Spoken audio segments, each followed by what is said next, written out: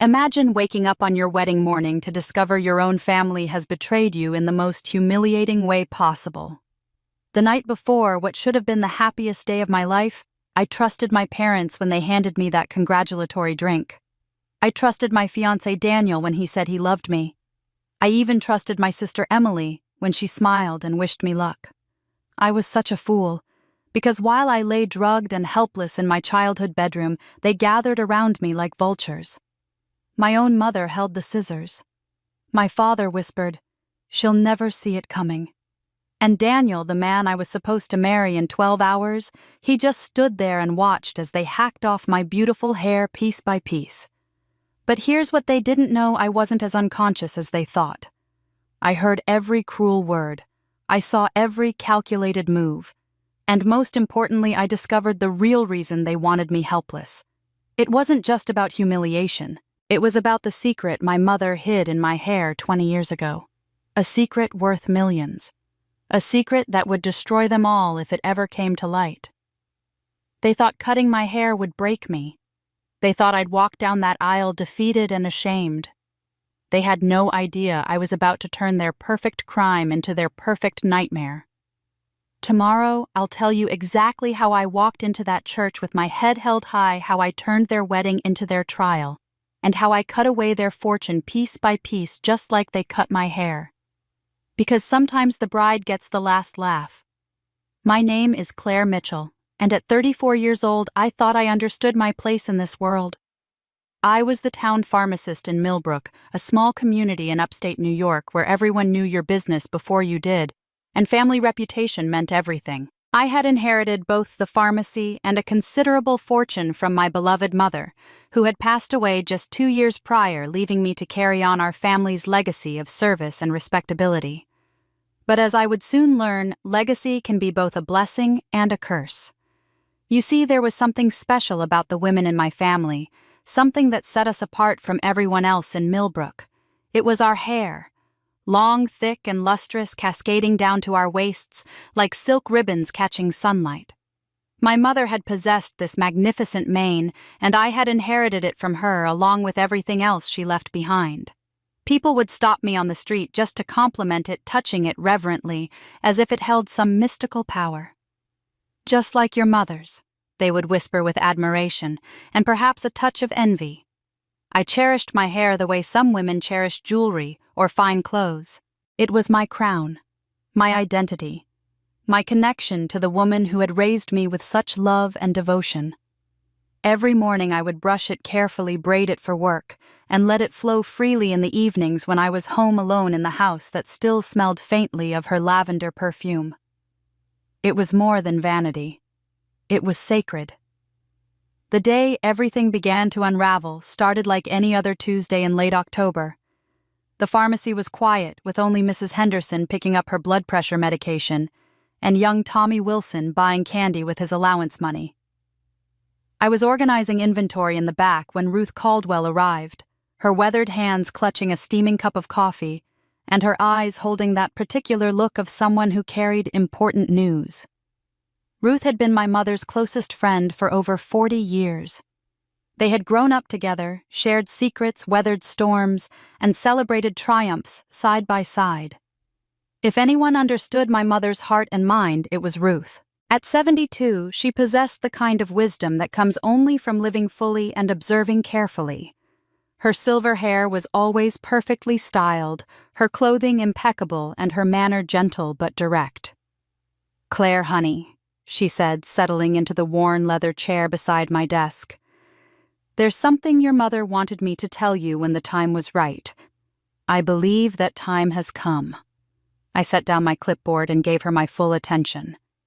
Ruth never spoke frivolously, and something in her tone suggested this conversation would be significant. "Do you remember when you were about 7 years old and your mother used to braid your hair every morning before school?" Ruth asked, her fingers absently stroking her coffee cup. Of course I remembered. Those were some of my most treasured childhood memories. My mother's gentle hands working through my hair, her soft humming filling the morning air, the way she would kiss the top of my head when she finished. "She always said it was our special time together," I replied, feeling the familiar warmth that accompanied thoughts of my mother. Ruth smiled, but there was something mysterious in her expression. One morning, she braided something very special into your hair. A small key so tiny and delicate that you never even noticed it was there. She wove it in so carefully, so expertly, that it became part of the braid itself. I stared at her confusion, clouding my thoughts. A key. What kind of key? The key to a safety deposit box at First National Bank, Ruth said, her voice dropping to almost a whisper. Your mother told me it contained something important for your future, something she called your final protection. She made me promise to tell you about it when you were older and established in your own life. My heart began to race. All these years I had been carrying around a key without knowing it. But Ruth, I haven't worn my hair in those childhood braids for decades. If there was a key, where would it be now? Ruth reached across the desk and gently touched a strand of my hair that had escaped from my professional bun. Child, your mother was clever. She knew that as you grew and changed your hairstyles, you might lose track of it.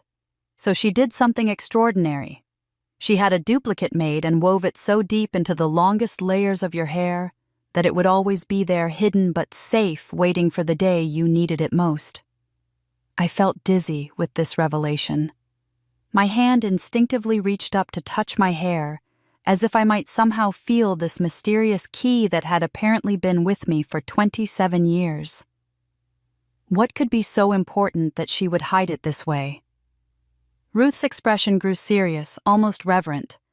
Your mother never told me exactly what was in that box, but she did say it would protect you from dangers she couldn't even imagine. She called it her insurance policy for your future, her way of watching over you even after she was gone. That evening, after Ruth left, and I closed the pharmacy, I found myself searching through my mother's personal belongings with new eyes. I had gone through everything when she passed away, of course, but now I was looking for clues, for answers to questions I hadn't known to ask. In the back office of the pharmacy, behind a dusty box of old prescription bottles, I discovered something that made my blood run cold. It was an envelope marked, "For Claire," in my mother's distinctive handwriting, tucked so far back that I had completely missed it during my initial grieving process. With trembling fingers, I opened the envelope and unfolded a letter dated just 3 months before my mother's death. Her handwriting, usually so steady and elegant, appeared shaky and urgent. My dearest Claire, if you are reading this, it means the time has come for you to know the truth. I have tried to protect you from the darkness that has surrounded our family for generations, but I fear my protection can only go so far. There are people close to you, people who share your blood and bear your name, who do not have your best interests at heart. They see only what you can provide for them, not who you are as a person. Don't trust those closest to you, my darling. Watch for the wolves in sheep's clothing. The key Ruth will tell you about is your lifeline. Use it wisely and remember that I loved you more than my own life. I read the letter 3 times before the words truly sank in. My mother had known something was wrong. She had sensed danger coming from within our own family circle. But who could she have meant? My parents, who had always seemed devoted. My sister Emily, who could be difficult, but surely wasn't dangerous. As I sat there in the growing darkness of the pharmacy, surrounded by the familiar scents of medicine and my mother's lingering presence, I felt the first stirrings of genuine fear. If my mother had gone to such elaborate lengths to hide something from my own family, what secrets were buried in that safety deposit box? And more frightening still, what did she know about the people closest to me that I didn't? I had no idea that my own blood was already sharpening their knives behind my back. Part 2. Daniel the Perfect Illusion. The irony wasn't lost on me that Daniel Hartwell walked into my life just 3 weeks after I discovered my mother's warning letter. At the time, I thought it was fate, perhaps even a blessing from above. Looking back now, I realize it was the most calculated timing imaginable. I first met Daniel on a crisp November morning when he strolled into Mitchell's pharmacy with a prescription for allergy medication and the kind of smile that could melt winter itself. He was devastatingly handsome in that classic all-American way that seemed almost too perfect to be real. Tall and broad-shouldered with sandy brown hair that caught the morning light streaming through the pharmacy windows and green eyes that seemed to see straight into my soul. When he spoke, his voice carried just a hint of a southern accent that made everything sound like poetry. "I'm new in town," he said, leaning casually against the counter while I filled his prescription. "Just moved here from Charlotte for a fresh start. I have to say, the welcoming committee is even more beautiful than I was promised." His eyes never left my face as he spoke, and I felt heat rise in my cheeks like a schoolgirl experiencing her first crush. What struck me most about Daniel was how effortlessly charming he seemed. He asked about the town's history, complimented the pharmacy's old-fashioned charm, and somehow managed to make me laugh 3 times during what should have been a simple transaction. When he asked if I might show him around town sometime, saying he'd love to learn about Millbrook from someone who clearly loved it as much as I did, I found myself saying yes before my rational mind could intervene. Our first date was everything a woman dreams of and rarely experiences. Daniel arrived at my door with a bouquet of white roses and baby's breath flowers that somehow perfectly matched the cream-colored dress I had chosen to wear. He took me to Marcello's, the finest Italian restaurant within 50 miles, where he had apparently called ahead to request a table by the window overlooking the lake. Throughout dinner, he listened intently to every word I spoke, asking thoughtful questions about my work, my dreams, and my memories of growing up in Millbrook. "You have such a gentle spirit," he told me over dessert, reaching across the table to touch my hand. "I can see why your mother was so proud of you. You're exactly the kind of woman a man dreams of building a life with." The mention of my mother should have felt natural, but something about the way he said it made me pause. How did he know about my mother's pride in me? I had mentioned her death, of course, but not her feelings about my accomplishments. When I asked him about it, Daniel smiled that perfect smile and said he could simply tell by the way I carried myself that I had been deeply loved. Within 2 weeks, Daniel was practically living at my house. He would arrive each morning with coffee and pastries from the bakery, claiming he wanted to start his days by seeing my beautiful face. He would appear at the pharmacy during my lunch breaks with sandwiches from the deli, insisting that I needed someone to take care of me properly. In the evenings, he would cook elaborate dinners while I relaxed with a glass of wine, telling me stories about his business consulting work and his dreams of settling down with the right woman. My family's reaction to Daniel was nothing short of extraordinary. My parents, who had never shown particular enthusiasm for any of the men I had dated over the years, embraced him like a long-lost son. My father, typically reserved with strangers, was soon inviting Daniel to join his weekly poker games and asking his advice about investments. My mother would call specifically to ask when Daniel was coming to dinner again, fussing over his favorite foods and treating him with the kind of warmth she usually reserved for family members. Even more surprising was Emily's response. My younger sister, who had always been competitive with me and critical of my choices, seemed genuinely delighted by Daniel's presence in my life. "He's perfect for you, Claire," she would say with uncharacteristic enthusiasm. "You'd be crazy not to marry him." Her sudden support felt wonderful, but also oddly urgent, as if she were trying to convince me of something I should have already known. The pressure to formalize our relationship began almost immediately. "A man like that won't wait forever," my father would say whenever Daniel's name came up in conversation. "You're not getting any younger, Claire. Don't let a good thing slip away." My mother would nod in agreement, adding that Daniel was clearly serious about me and that I shouldn't play games with such a wonderful man's heart. Daniel himself began dropping hints about our future with increasing frequency. During quiet moments together, he would talk about the house he wanted to buy, the children he hoped to have, and the kind of life we could build together. "I've never felt this way about anyone," he would whisper while holding me close. "You're everything I've been searching for, Claire. I want to take care of you for the rest of my life." Yet despite all his romantic words and gestures, I began to notice that our conversations often took curious turns. When I would try to share deeper thoughts about my hopes and fears, Daniel would listen politely, but then steer us toward more practical topics. Speaking of the future, he would say smoothly, have you thought about how we'll handle finances when we're married? I want to make sure you feel secure. He seemed particularly interested in my inheritance from my mother. It must be comforting to know she provided so well for you. He would say, his fingers tracing patterns on my arm as we lay together. The pharmacy, the house, all those investments. Did she leave any other provisions for you? Safety nets, perhaps? I just want to understand everything so I can protect what's yours. When I mentioned Ruth's story about the safety deposit box, Daniel's attention sharpened noticeably. How fascinating, he said, sitting up straighter. Your mother sounds like such a wise woman, always thinking ahead. I hope someday you'll trust me enough to share all her secrets with me. The most unsettling moment came on a quiet Sunday evening in December. Daniel was helping me organize some of my mother's jewelry when I noticed something that made my breath catch in my throat. Around his neck, barely visible beneath his sweater, was a silver chain holding a distinctive pendant.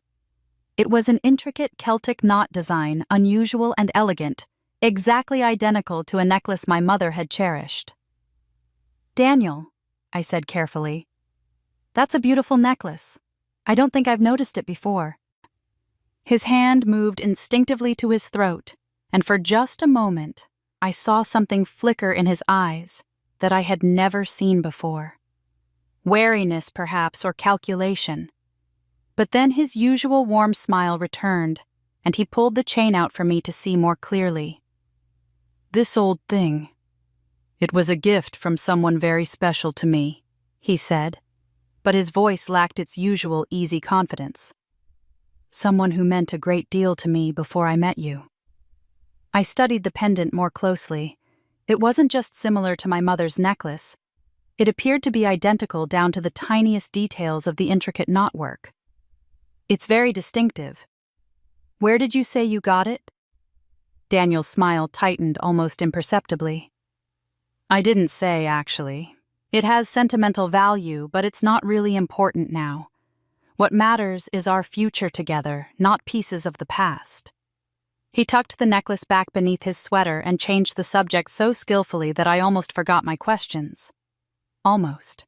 But as I lay awake that night listening to his steady breathing beside me, I couldn't shake the feeling that the man I was falling in love with was not quite who he claimed to be. The love I thought was real turned out to be just the mask of a predator. Part 3. Emily the Shadow Sister.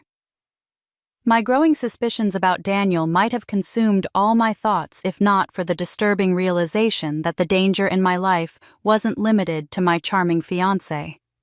The very sister who had been so enthusiastic about our relationship was harboring secrets that would prove far more personal and devastating than anything Daniel could devise. Emily had always lived in my shadow, though I hadn't fully understood the psychological toll that constant comparison had taken on her until much later. At 31, she possessed a pretty face and pleasant demeanor, but these qualities were consistently overshadowed by the effusive praise that seemed to follow me wherever I went. Growing up, family gatherings became inadvertent competitions where Emily's accomplishments were measured against mine and found wanting. Emily did well in school this semester, my aunt would say, but of course Claire was valedictorian. When Emily learned to play piano, the family would nod approvingly before adding, "Remember how beautifully Claire used to sing at church?" Even Emily's career as a bank teller, perfectly respectable and steady, paled in comparison to my ownership of the family pharmacy and the respect that came with continuing our mother's legacy.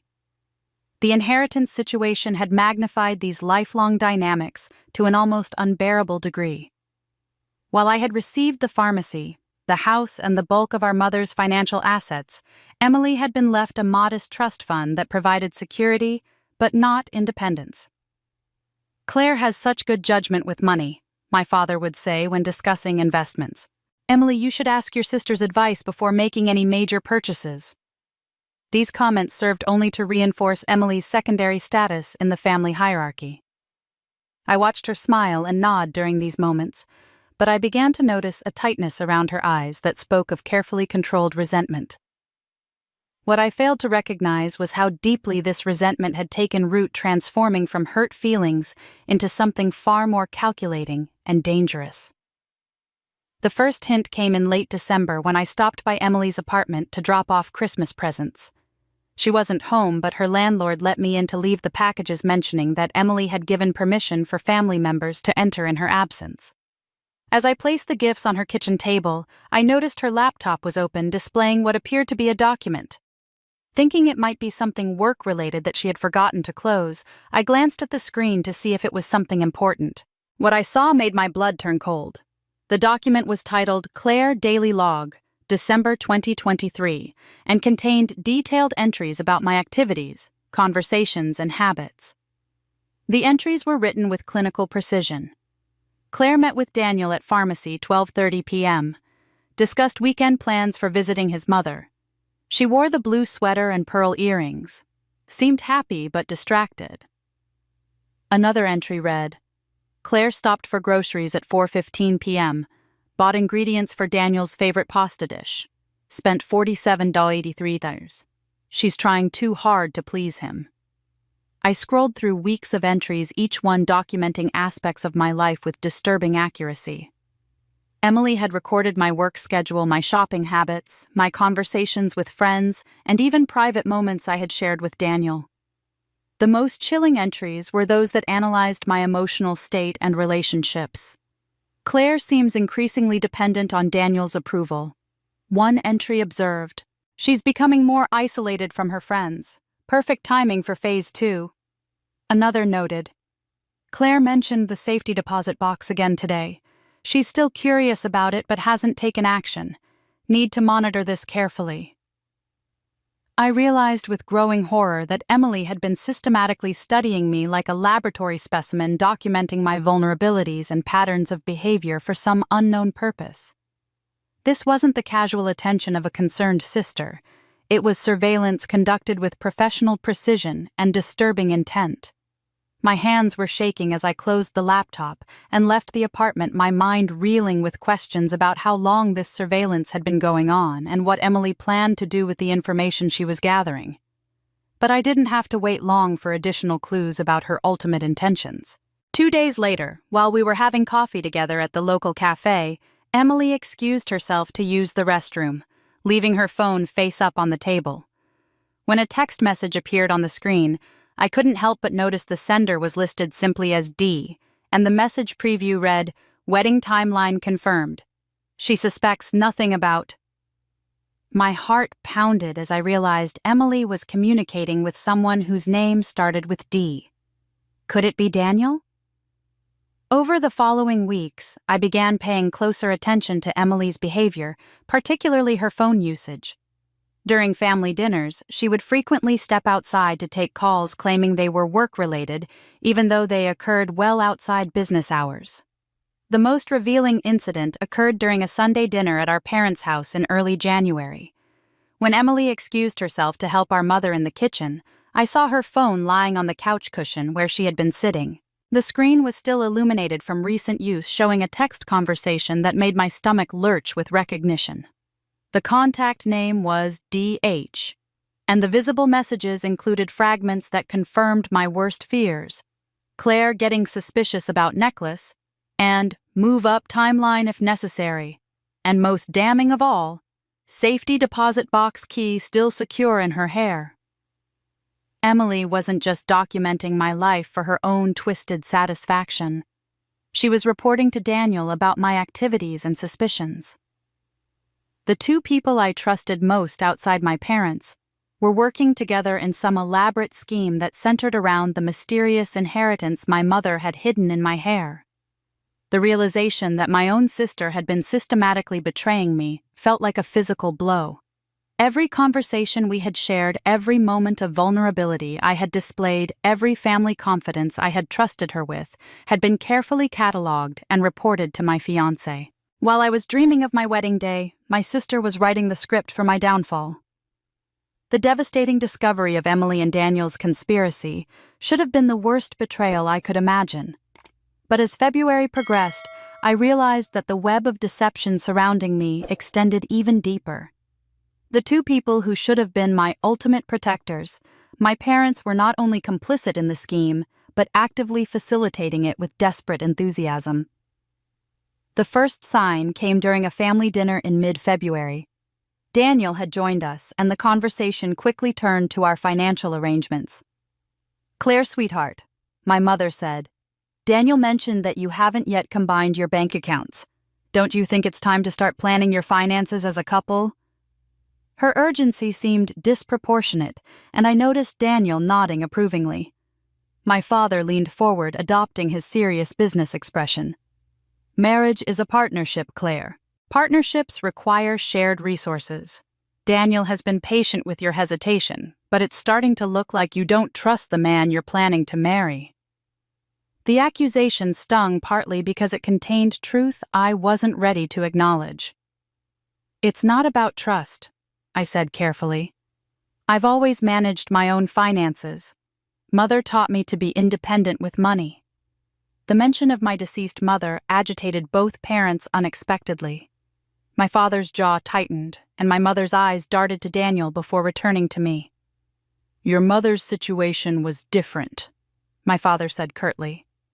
"She had her reasons for being controlling about money, but those reasons don't apply to your marriage." Over the following weeks, the pressure intensified. My parents would call Daniel directly to discuss wedding arrangements, making decisions without consulting me. When I objected, they dismissed my concerns with comments like, "Daniel has such good judgment," or "We want him to feel included in the family." Their deference to his opinions over mine became so pronounced that I felt like a guest at my own wedding planning sessions. The most disturbing conversation occurred when my parents invited me to lunch alone, claiming they wanted private time with their daughter. Instead of the heart-to-heart I hoped for, they launched into what felt like a coordinated intervention. "Claire, we need to talk about your attitude toward Daniel," my mother began sternly. "You're being selfish and ungrateful.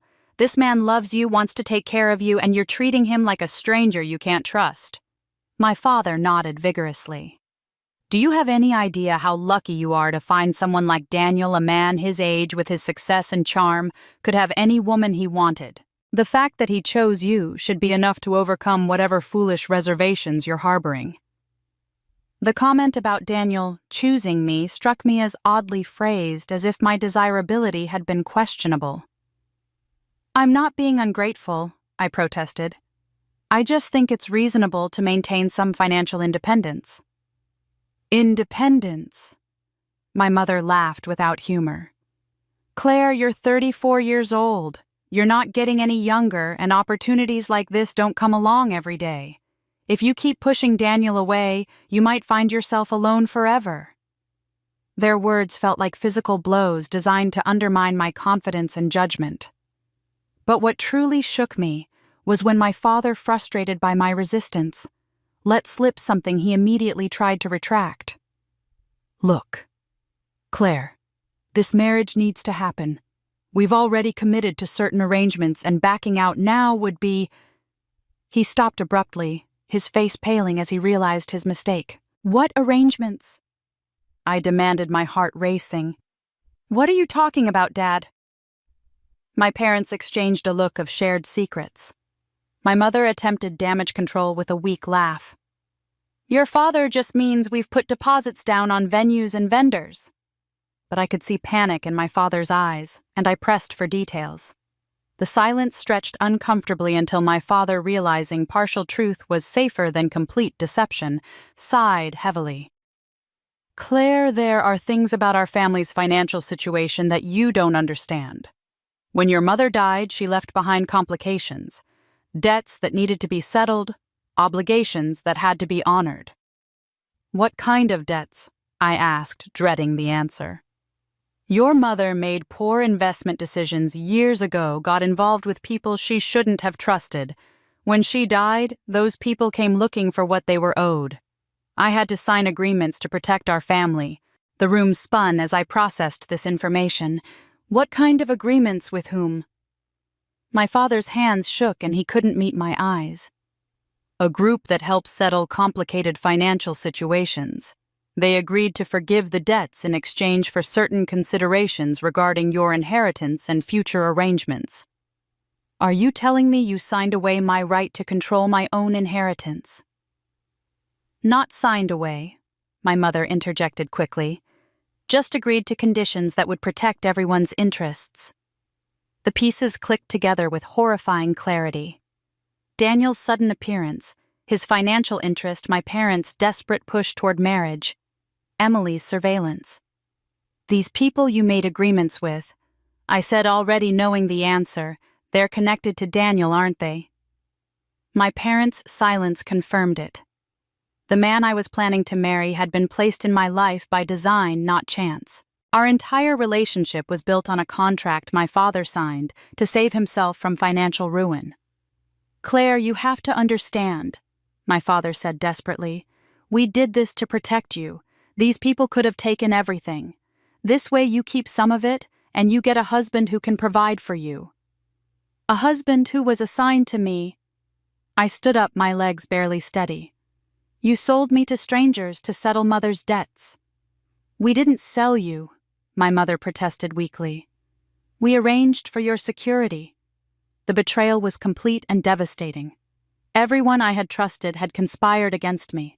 My sister documented my moves, my fiancé followed a script, and my parents had traded my autonomy for their financial security. I thought my parents were protecting me, but they had sold me to save themselves. Part 5. The warning from Michael.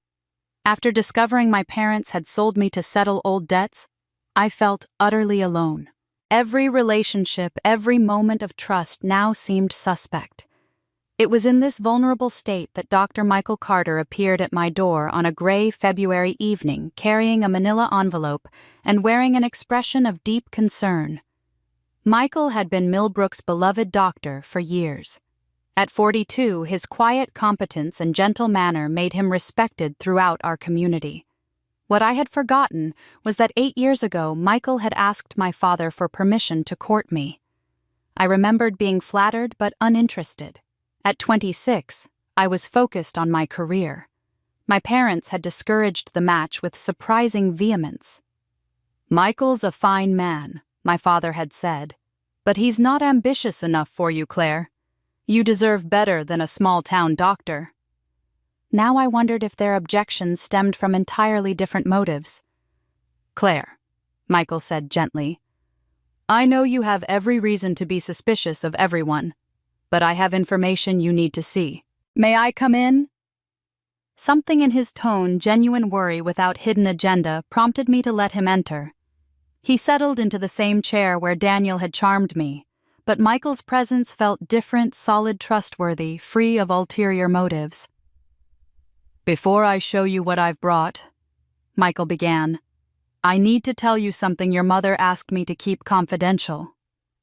6 months before she died, she came to my office seeking advice about a situation causing her great anxiety. My heart raced remembering Mother's warning letter. What situation?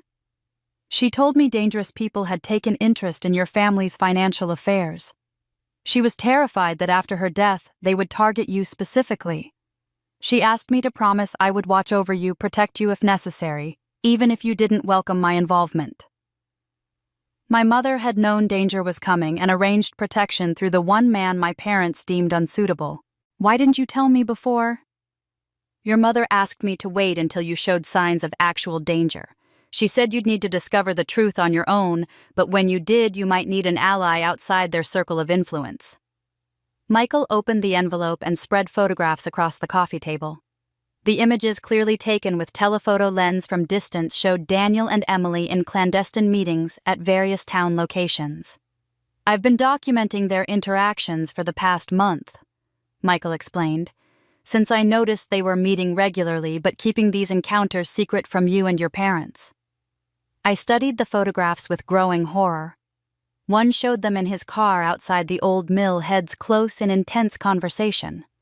Another captured them exchanging documents behind the grocery store. A third showed Emily handing Daniel a thick envelope beside the lake where he'd taken me on our first date. They've been planning this together for weeks, I whispered, understanding the conspiracy's full scope. That's not all, Michael said quietly, producing one final photograph, much older, bearing the faded quality of decades past images. I found this in your mother's papers when she asked me to organize her affairs. She specifically asked me to keep it safe and show it to you if circumstances warranted. The photograph showed people outside the old courthouse apparently celebrating some legal proceeding. My mother stood in the center looking impossibly young, but what made my breath catch was the figure behind her. It was unmistakably Daniel, virtually unchanged from today. The photograph was dated in Mother's handwriting, Settlement Day, June 15, 2004. That's impossible, I said, staring. Daniel would have been barely out of college 20 years ago. He looks exactly the same age. Michael leaned forward, expression grave.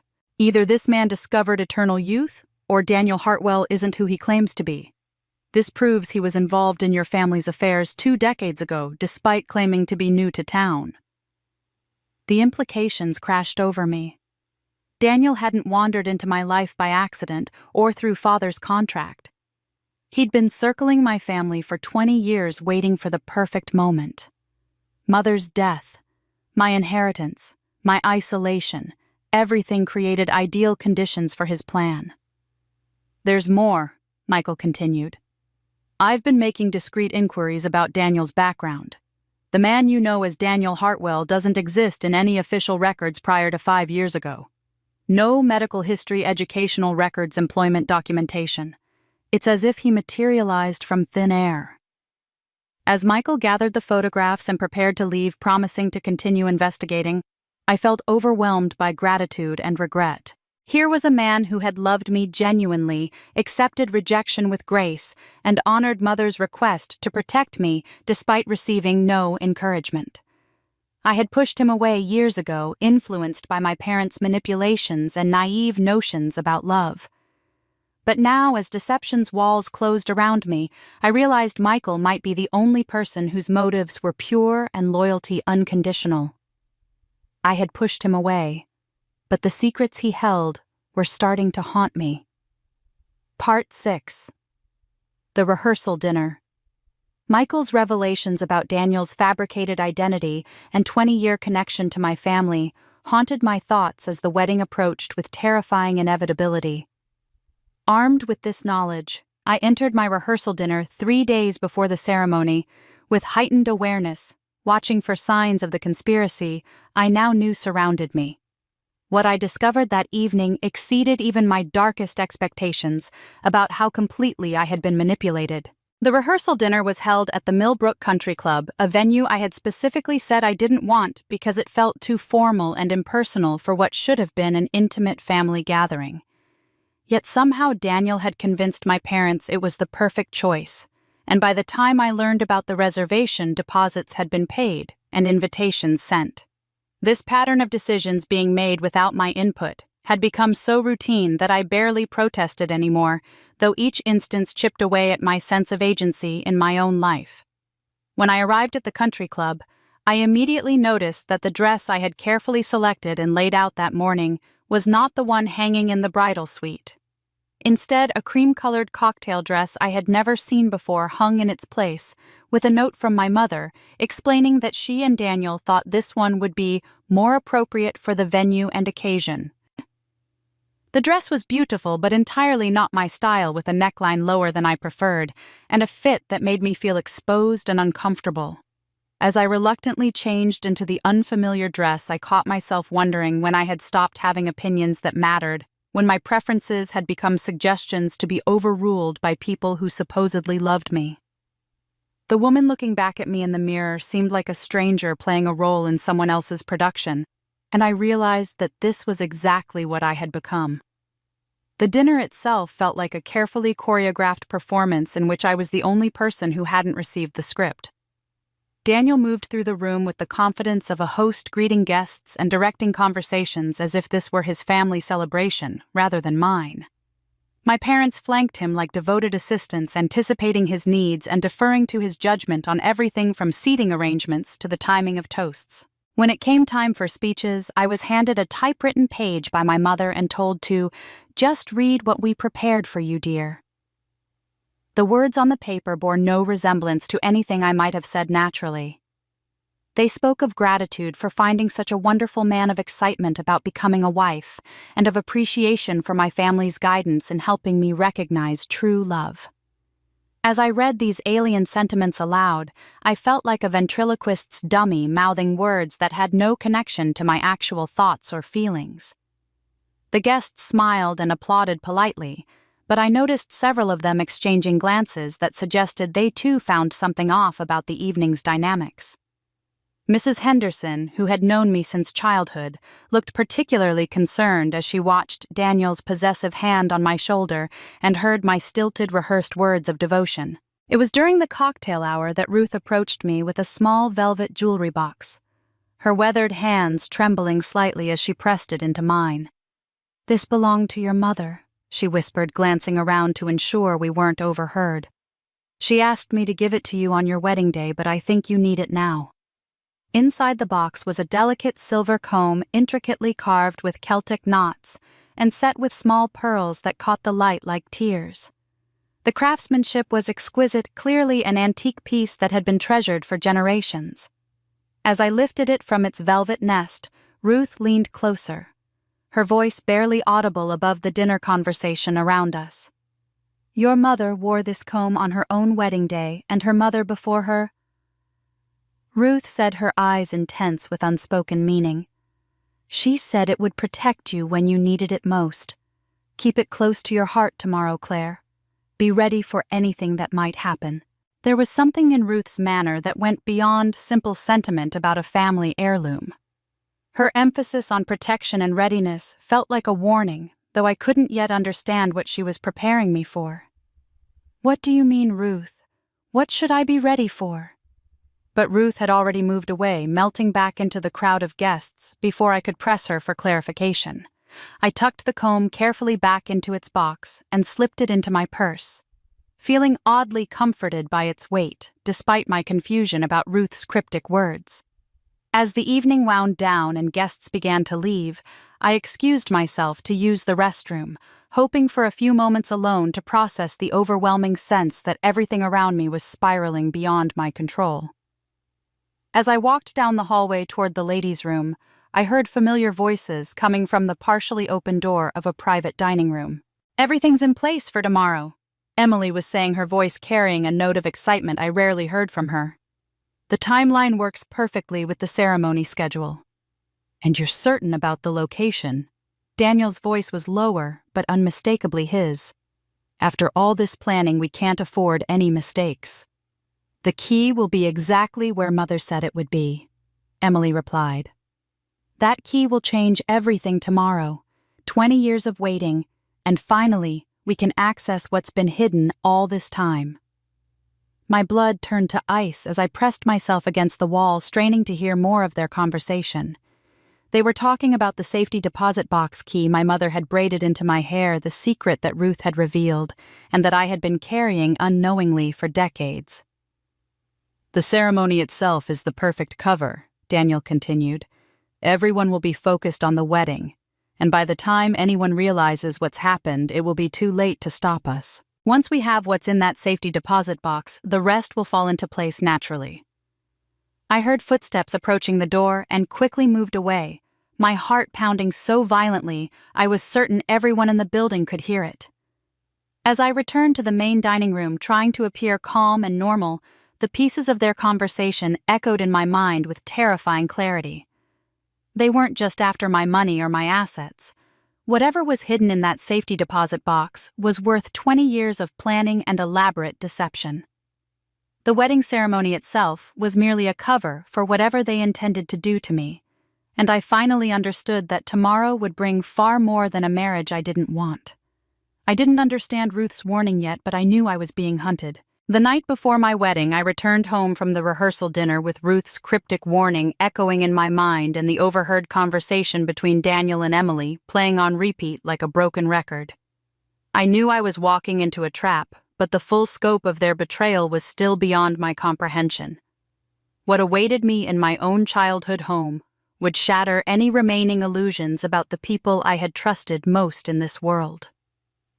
My parents were waiting for me in the living room when I arrived, both wearing forced smiles and speaking in the overly cheerful tones people use when they're trying to hide something significant. The coffee table had been set with my mother's finest crystal glasses and a bottle of champagne that I recognized as the expensive vintage my father had been saving for a truly special occasion. "There's our beautiful bride," my mother cooed, rising to embrace me with theatrical enthusiasm. "We wanted to have a private toast with you before the big day, just the three of us. A family moment before everything changes tomorrow." My father was already working the cork from the champagne bottle, his movements practiced and deliberate. "Your mother and I have been talking about how proud we are of the woman you've become, Claire. Tomorrow you'll start a new chapter, and we wanted to celebrate this moment properly." Something about their behavior set off alarm bells in my mind. My parents had never been the type for spontaneous champagne toasts, and their sudden sentimentality felt forced and unnatural. But exhausted by the evening's revelations and emotionally drained from pretending everything was normal, I allowed myself to be guided to the sofa and accepted the crystal flute my father pressed into my hands. "To our daughter," my father said, raising his glass with a smile that didn't reach his eyes. "May tomorrow bring everything she deserves." The toast felt ominous rather than celebratory, but I dutifully raised my glass and took a sip of the champagne. It tasted slightly off, with a bitter undertone that I attributed to my heightened anxiety about the wedding. My parents drank heartily from their own glasses, chatting about tomorrow's weather forecast and commenting on how lovely the ceremony would be. Within minutes, I began to feel dizzy and disoriented. The room seemed to tilt and sway around me, and my limbs felt increasingly heavy and unresponsive. My parents' voices became distant and muffled, as if I were hearing them from underwater. I tried to stand alarmed by these sudden symptoms, but my legs wouldn't support my weight. "I don't feel well," I managed to say, my words slurring despite my efforts to speak clearly. "Something's wrong. I think I need to call a doctor." My parents exchanged a quick glance that I caught even through my growing haze. "You're just nervous about tomorrow, sweetheart," my mother said soothingly, moving to help me lie back against the sofa cushions. "Wedding nerves can make you feel all sorts of ways. You just need to rest." As consciousness began to slip away from me, I realized with crystal clarity that my parents had drugged me. The bitter taste in the champagne, their unusual behavior, the way they seemed prepared for my reaction, it had all been carefully planned. But even as this betrayal sank in, I clung to awareness with desperate determination, fighting against whatever substance they had given me. Through sheer force of will and what I can only assume was an incorrect dosage calculation on their part, I managed to remain partially conscious even as my body became completely unresponsive. I lay motionless on the sofa, my breathing shallow and regular, appearing to be deeply unconscious, while my mind remained alert enough to process what was happening around me. I heard my father make a phone call, speaking in hushed tones. "She's out. You can come over now. We have maybe 3 hours before it wears off, so work quickly." 15 minutes later, I heard the front door open and recognized Daniel's voice, followed by Emily's higher pitch. They entered the living room and gathered around me like vultures circling carrion, speaking freely because they believed I was completely unconscious. "Perfect timing," Daniel said, his voice cold and businesslike, stripped of all the warmth and charm he had shown me throughout our relationship. "The ceremony is at 10 tomorrow morning, which gives us plenty of time to get what we need and prepare for the final phase." Emily knelt beside me, and I felt her fingers roughly examining my hair, searching through the long strands with methodical precision. "It's definitely here somewhere. Mother was obsessive about braiding it in deep enough that it would never fall out accidentally. All these years she's been carrying around the key to everything." "What exactly did your grandmother hide in that safety deposit box?" Daniel asked, his tone suggesting this was a conversation they had had many times before. My father's voice was barely audible, heavy with shame and fear. "Evidence of what really happened to the Morrison family in 1987. Photos, documents, recordings. Everything that would prove it wasn't an accident like we claimed. If that evidence ever surfaces, it won't just destroy our family, it will destroy half the prominent families in this town." My blood ran cold as I processed this information. The Morrison family had died in a house fire when I was a child, a tragedy that had shaken the entire community. To learn that it hadn't been accidental and that my own family had been involved in covering up the truth was beyond comprehension. "The old bitch was smarter than we gave her credit for," Emily said with grudging admiration. "She knew exactly how to protect herself and ensure we'd never be able to touch that evidence while she was alive. But now that she's gone and Claire's about to be under our control, we can finally clean up this mess once and for all." Daniel moved closer, and I felt him studying my face to ensure I was still unconscious. "Once we have that key, we retrieve the evidence, destroy it, and then proceed with the original plan. Claire's assets will help us disappear completely if necessary, and everyone gets what they need to start fresh."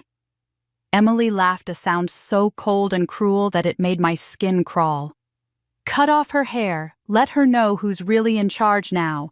After years of watching her get everything handed to her on a silver platter, it's going to be so satisfying to watch her realize she's lost it all." Her words revealed the true depth of her hatred, confirming that this conspiracy went far beyond money, or even covering up past crimes. Emily wanted to destroy me not just financially, but psychologically, to strip away everything that made me who I was and leave me broken and humiliated.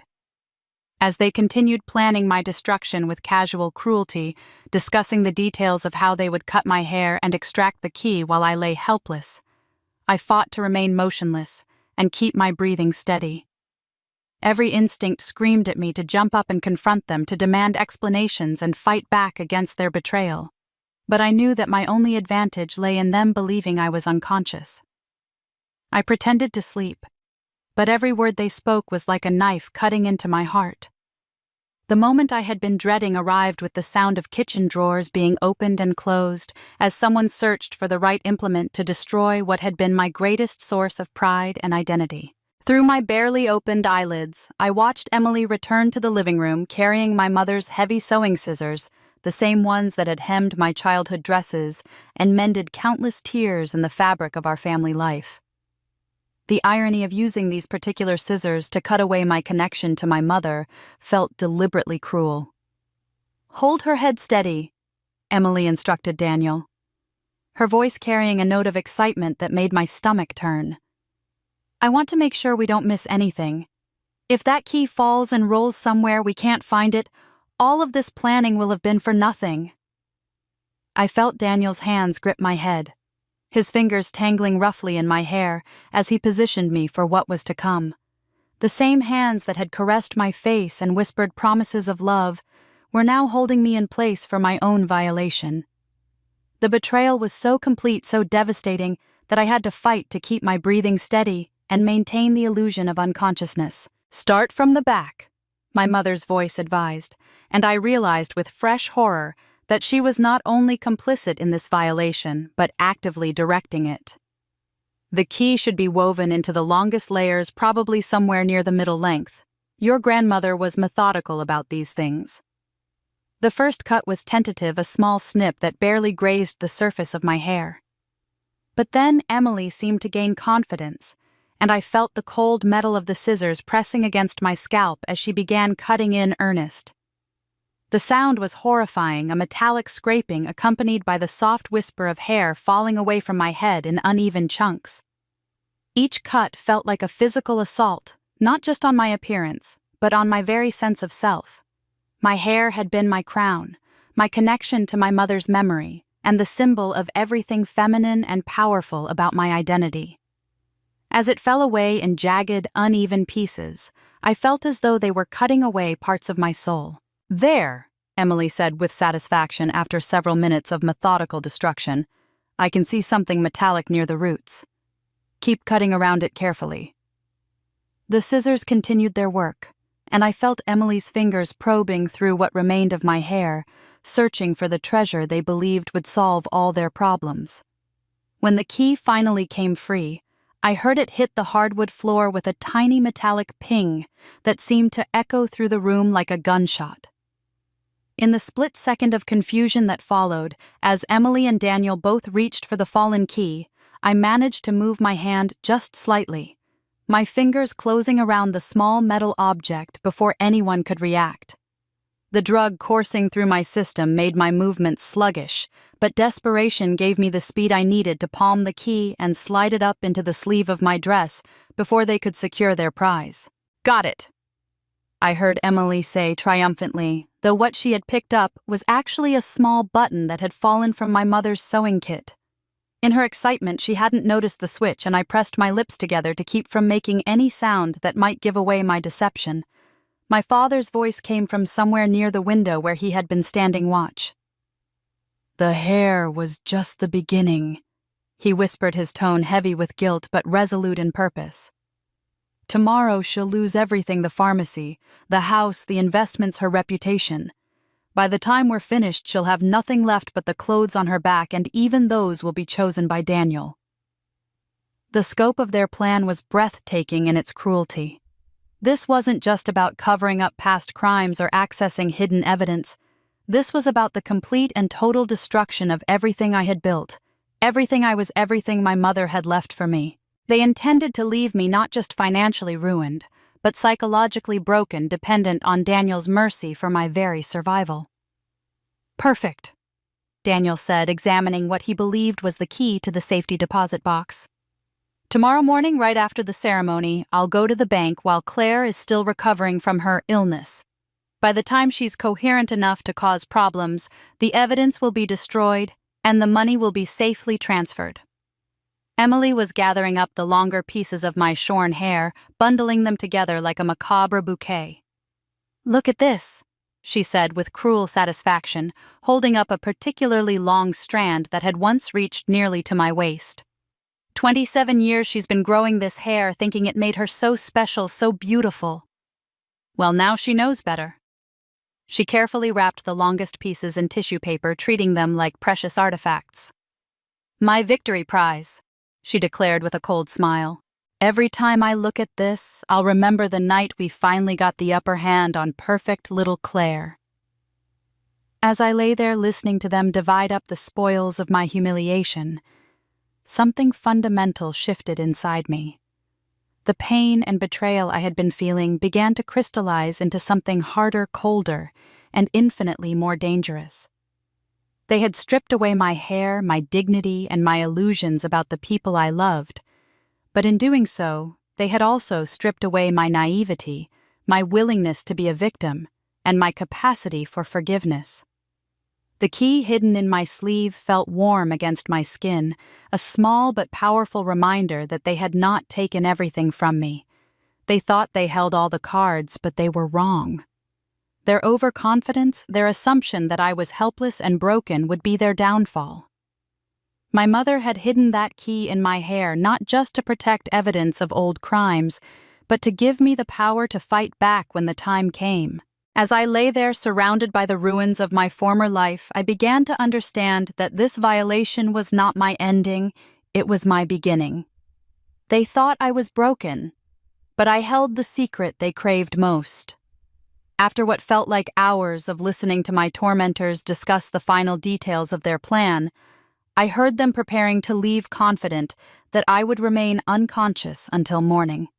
My father double-checked the locks and turned off most of the lights while my mother fussed about cleaning up evidence of what they had done, sweeping my shorn hair into garbage bags like it was nothing more than yard waste. As their voices faded and the house fell into silence, I knew this was my only opportunity to turn the tide against them. I waited another 30 minutes after hearing the last car pull away from the driveway, fighting against the lingering effects of whatever drug they had given me. My limbs still felt heavy and unresponsive, but my mind was crystal clear and burning with purpose. Moving slowly and carefully, I managed to sit up and retrieve my phone from my purse, my fingers still clumsy but functional enough to compose the messages that would either save me or seal my fate. David Martinez was more than just my cousin. He was one of the most respected estate attorneys in the state and had helped me navigate the legal complexities of my mother's inheritance. More importantly, he was someone I trusted implicitly, having grown up together and maintained a close relationship despite our different career paths. If anyone could help me protect my assets and fight back against this conspiracy, it was David. My first text to him was deliberately cryptic but urgent. Emergency. Need immediate trust fund set up to freeze all assets. Can't explain over text, but my life depends on this. Are you available now? I knew that reaching out at 3 in the morning would alarm him, but I also knew David well enough to be certain he would respond immediately to a genuine crisis. His reply came within minutes. On my way to office now. Send me everything you can via encrypted message. What's the threat level? David's immediate response and professional composure gave me the first glimmer of hope I had felt in hours. Someone was finally on my side. Someone with the power and knowledge to help me fight back. Over the next hour, I sent David a detailed account of everything I had discovered the conspiracy between Daniel, Emily, and my parents. The drugging, the violation of cutting my hair, and most importantly, the revelation about the safety deposit box and the evidence it contained. I photographed the business card Daniel had dropped from his wallet, sent screenshots of Emily's suspicious text messages that I had managed to capture over the past weeks, and provided David with every piece of information I could remember about their plan. While waiting for David's response, I received an encrypted message from Michael that made my heart race with its implications. He had been busy during the night as well, apparently unable to sleep after our conversation about Daniel's true identity. The message contained 3 audio files with a note that read, "Recorded these tonight outside Daniel's hotel room. You need to hear this immediately." The first recording was a phone conversation between Daniel and an unknown male voice discussing what they called the Millbrook operation. Daniel's voice was cold and businesslike as he reported that the target has been neutralized and will be fully compliant by tomorrow evening. The unknown voice congratulated him on his patience and skill, mentioning that this was even smoother than the Hartford job last year. The second recording was even more damning, featuring Daniel and Emily discussing their previous victims in detail. I learned that they had successfully executed similar schemes in at least 3 other small towns, always targeting wealthy widows or their daughters, always using elaborate long-term deception to gain access to family assets. Emily's role, it became clear, was not just as my sister, but as Daniel's professional partner in these crimes, someone who specialized in gaining the trust of target families and providing inside information. The third recording was the most chilling as it featured Daniel speaking to what appeared to be his handler or employer about cleaning up loose ends after the Millbrook operation was complete. The conversation made it clear that my survival beyond the wedding was not guaranteed, and that they had contingency plans for dealing with anyone who might pose a threat to their organization's security.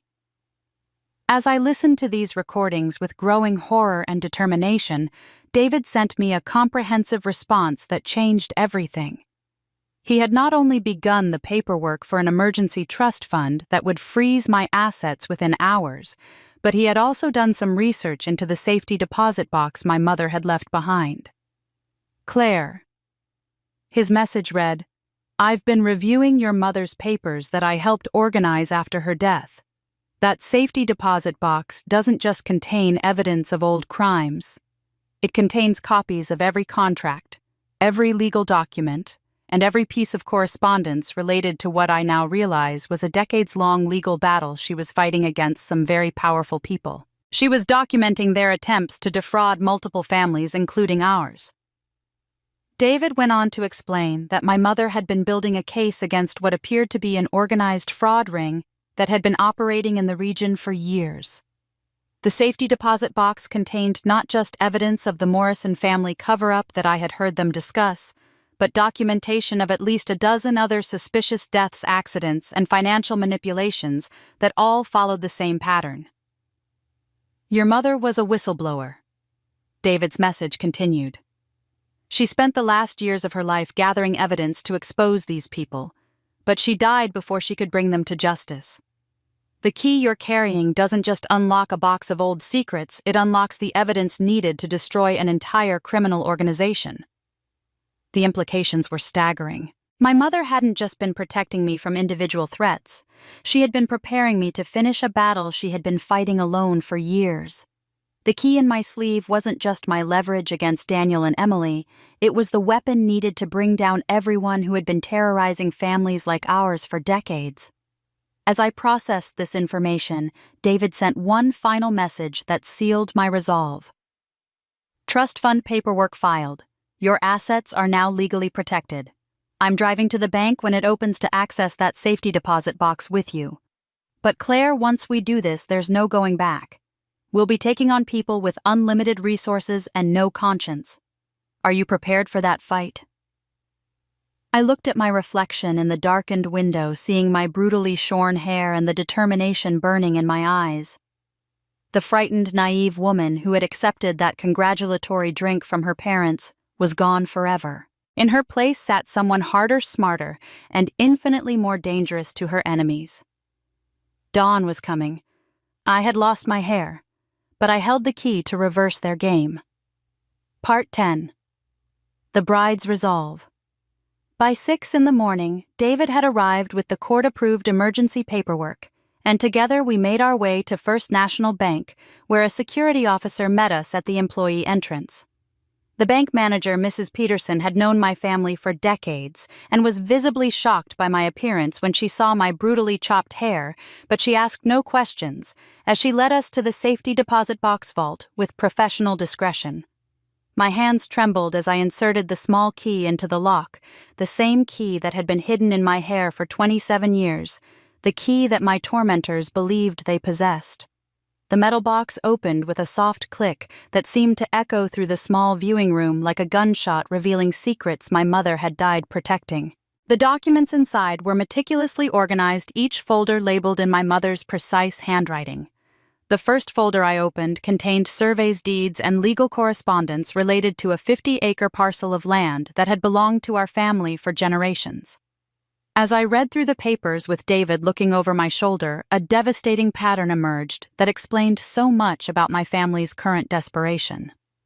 23 years ago, my mother had discovered that my father and his brother had secretly mortgaged the family land to cover gambling debts, forging my mother's signature on documents that should have required her consent as co-owner. When she confronted them and threatened to report the fraud, they had enlisted the help of Daniel's organization to pressure her into silence. The land had eventually been seized when the debts couldn't be paid, but my mother had kept copies of every forged document, every threatening letter, and every piece of evidence that proved her own family had betrayed and robbed her. "This explains everything," David whispered as he examined the photocopied bank records, showing suspicious transfers of money from accounts my mother thought she controlled. "Your mother spent years fighting to prove she had been defrauded by her own husband, but she could never get justice because the people she was fighting had connections everywhere." The second folder contained even more damaging evidence, photographs of my father meeting with known criminals, recordings of conversations where he discussed keeping the wife quiet, and most shocking of all, a copy of the original contract he had signed with Daniel's organization. The agreement was chilling in its specificity. In exchange for their help in covering up the land fraud, my father had promised them access to my inheritance when my mother died, with me as the designated target for their next operation. As I absorbed the full scope of my family's betrayal, I felt something fundamental shift inside me. This wasn't just about my wedding or my assets or even my safety. This was about honoring my mother's memory by finishing the fight she had been forced to abandon. She had spent her final years gathering evidence not for revenge, but for justice, and now it fell to me to see that justice done. I gathered all the documents and evidence into my purse, feeling their weight like armor against the battles to come. David helped me make copies of the most crucial papers, and we arranged for the originals to be stored in a separate location where they would be safe even if something happened to me. When I returned home, I went directly to my bedroom and stood before the full-length mirror that had reflected my image on countless mornings when I had been someone else entirely. The woman looking back at me now bore little resemblance to the naive, trusting person who had accepted that poisoned champagne just hours before. My hair hung in jagged, uneven chunks around my face, some pieces barely reaching my earlobes, while others fell to my shoulders in damaged wisps. But it was my eyes that showed the greatest transformation. Gone was the soft uncertainty that had made me easy prey for manipulators and liars. In its place burned a cold fire that spoke of determination, intelligence, and a complete absence of fear. I touched the ruined strands of my hair, feeling not shame or loss, but liberation from the illusions that had once defined me. I chose my wedding dress carefully, selecting the simple white sheath I had originally wanted before Daniel and my parents had pressured me towards something more elaborate. The dress was elegant in its simplicity, with clean lines that spoke of strength rather than vulnerability. I applied red lipstick with steady hands, the bold color a declaration of war against those who had underestimated me. The key went into a small silk pouch that I pinned inside my dress close to my heart where it would be safe.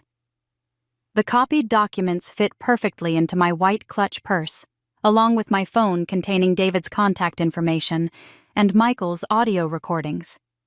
These weren't accessories for a bride, they were weapons for a warrior. As I prepared to leave for what everyone believed would be my wedding ceremony, I remembered something my mother used to tell me when I was small and afraid of shadows on my bedroom wall. "Your shadow cannot be cut by anyone, my darling," she would whisper as she kissed me goodnight. "It belongs to you alone, and it will always be whole, no matter what anyone tries to do to you." Standing in that mirror, looking at the destruction they had wrought on my appearance, I finally understood what she had meant. They could cut my hair, drug my body, steal my money, and betray my trust, but they could not touch the essence of who I was. That belonged to me alone, and it was stronger now than it had ever been before. My true inheritance wasn't the pharmacy or the house or the investments. It was my mother's courage, her intelligence, her refusal to be defeated by those who would prey on the innocent. She had fought this battle alone for years, but I would not be alone. I had David's legal expertise, Michael's loyalty, and most importantly, I had the truth my mother had died protecting. I was no longer a puppet. I was the one rewriting their destiny. The morning of what everyone believed would be my wedding day arrived with unseasonable warmth for early March, as if even the weather understood that this day would be unlike any other in Millbrook's history. I had spent the final hours before the ceremony in quiet preparation, not the frantic primping of a typical bride, but the methodical readiness of a soldier preparing for battle. Every detail had been considered, every contingency planned, and every weapon carefully concealed. I arrived at St. Mary's Episcopal Church 30 minutes before the ceremony was scheduled to begin, deliberately choosing to make my entrance when the maximum number of guests would be present to witness what was about to unfold. The church parking lot was full with cars spilling onto the surrounding streets, as what seemed like the entire town had gathered to witness the union of their beloved pharmacist to her charming fiancé. David was waiting for me at the church's side entrance, his face grave but determined as he helped me from my car. "Are you absolutely certain about this, Claire? Once we start, there's no going back." I adjusted my mother's ivory silk scarf, which I had carefully arranged to cover the worst of the damage to my hair, while still allowing glimpses of what had been done to me. The scarf had been my mother's wedding veil, altered and shortened over the years, but still carrying the weight of family tradition and the strength of the woman who had worn it before me. "I've never been more certain of anything in my life," I replied, my voice steady and clear. "Today we finish what my mother started." The moment I stepped through the church doors, I heard the collective intake of breath from the assembled congregation. Despite my careful preparation, nothing could have fully prepared them for the sight of their town's golden girl with her beautiful hair brutally shorn, the jagged edges visible beneath the silk scarf that couldn't quite hide the extent of the violation. But I walked down that aisle with my head held high, my spine straight, and my gaze fixed firmly ahead. Every step was deliberate, every movement calculated to project strength rather than victimhood. The whispers that had begun the moment I appeared gradually died away as the congregation sensed something powerful and dangerous in my bearing, something that commanded respect rather than pity. I had chosen to walk alone, rejecting my father's assumption that he would escort me to the altar where he could deliver me to Daniel like a package being transferred from one owner to another. My solitary procession was both a statement of independence and a declaration that I belonged to no one but myself. Daniel was waiting at the altar with Pastor Williams, and the moment our eyes met, I saw his confident smile falter and die. He had been expecting a broken, submissive bride who would stand beside him quietly while he claimed his prize. Instead, he found himself facing a woman whose cold, calculating gaze suggested she knew far more than she should, whose very presence radiated a quiet menace that made him visibly uncomfortable. I watched as Daniel's eyes took in my appearance, searching for signs of the damage they had inflicted the night before. When he saw the uneven edges of my hair beneath the scarf, I caught a flicker of satisfaction in his expression, but it was quickly replaced by confusion and growing alarm as he realized that their violation had not achieved the desired effect of breaking my spirit. As I took my place at the altar, I heard an elderly voice from the third pew whisper with unmistakable recognition, "Dear God, she looks exactly like her mother did." And the comment came from Mrs. Eleanor Blackwood, who had been my mother's teacher in high school and had known our family for over 60 years. Her words carried the weight of historical knowledge, suggesting she remembered another time when my mother had stood defiant in the face of those who would destroy her. The whispered observation rippled through the congregation, and I realized that there were others present who understood the deeper currents running beneath this day's events. These were people who remembered my mother's struggles, who had watched from the sidelines as she fought battles they couldn't openly support at the time, and who now recognized the echoes of that conflict in my own situation. Pastor Williams cleared his throat nervously and began the traditional opening of the wedding ceremony, but his words seemed to bounce off the thick tension that had settled over the sanctuary like fog. The usual joy and anticipation that should have filled the space had been replaced by an electric sense of impending confrontation that made everyone shift uncomfortably in their seats. Daniel attempted to regain control of the situation by reaching for my hand, a gesture meant to appear loving and supportive, but which felt more like a claim of ownership. When I allowed him to take my hand, I felt him squeeze slightly, a warning pressure that was meant to remind me of my powerlessness and his control over the situation. But the hand he held was steady and strong, and when he looked into my eyes, seeking the fear and submission he expected to find there, he encountered instead a calm resolve that seemed to unsettle him more than outright defiance would have. I saw him glance nervously toward my parents who were sitting in the front pew with carefully composed expressions that couldn't quite hide their anxiety about whether their carefully laid plans would proceed smoothly. The irony of the moment was not lost on me. They had gathered in this sacred space surrounded by symbols of love and commitment and divine protection to witness what they believed would be the final act of my destruction. Instead, they were about to witness their own exposure and downfall at the hands of the woman they had so drastically underestimated.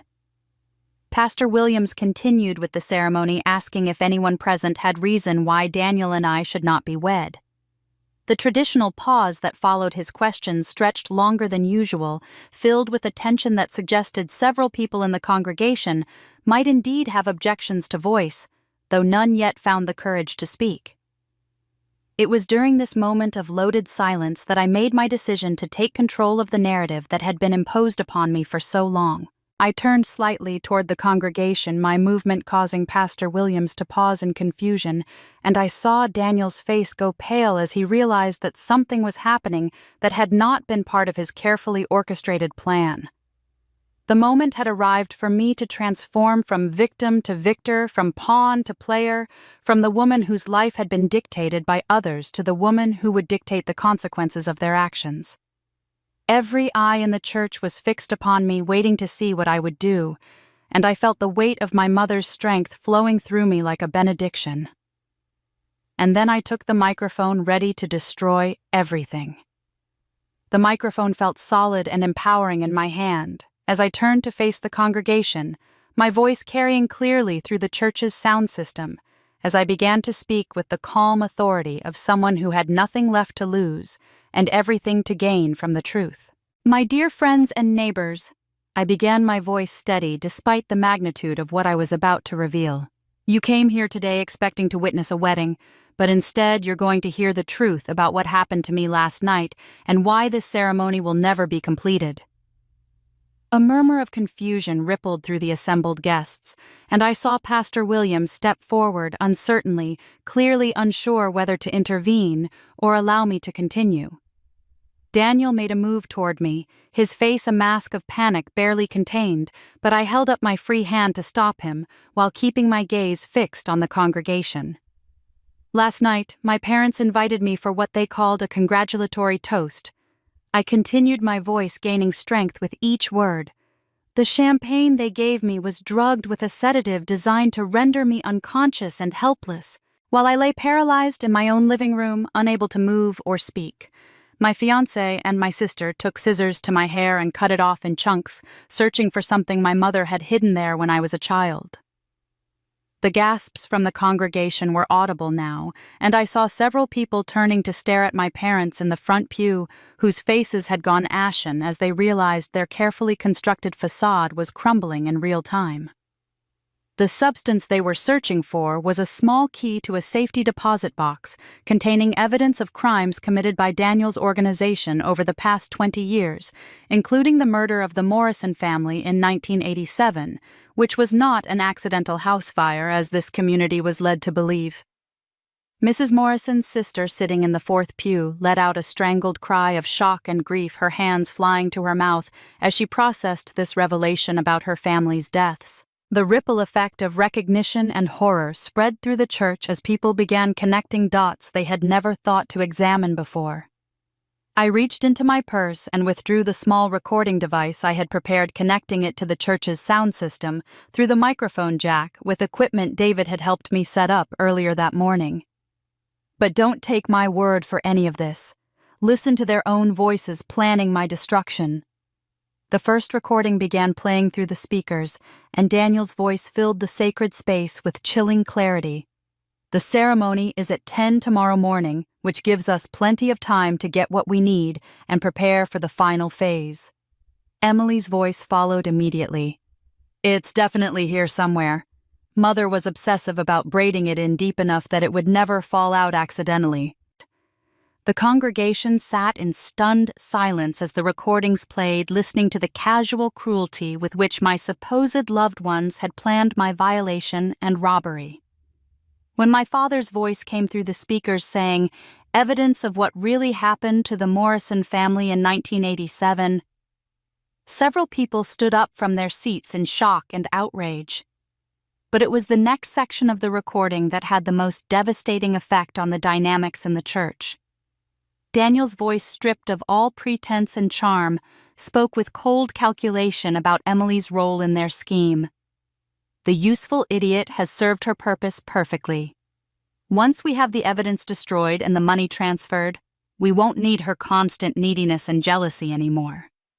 I watched Emily's face transform from confusion to horror to rage as she heard herself described in such contemptuous terms by the man she had believed loved and valued her. Her carefully maintained composure shattered completely as she realized that while she had been plotting against me, Daniel had been plotting against her as well. "That's not true!" Emily screamed, jumping up from her seat in the front pew and turning to face Daniel with tears streaming down her face. "You said I was your partner. You said we were going to be together after this was over."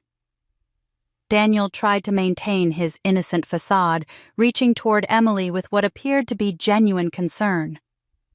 "Emily, you're upset and confused. This isn't what it sounds like."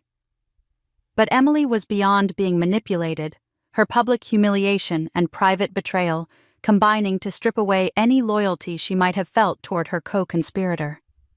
"Stop lying," she sobbed, her voice carrying clearly through the church.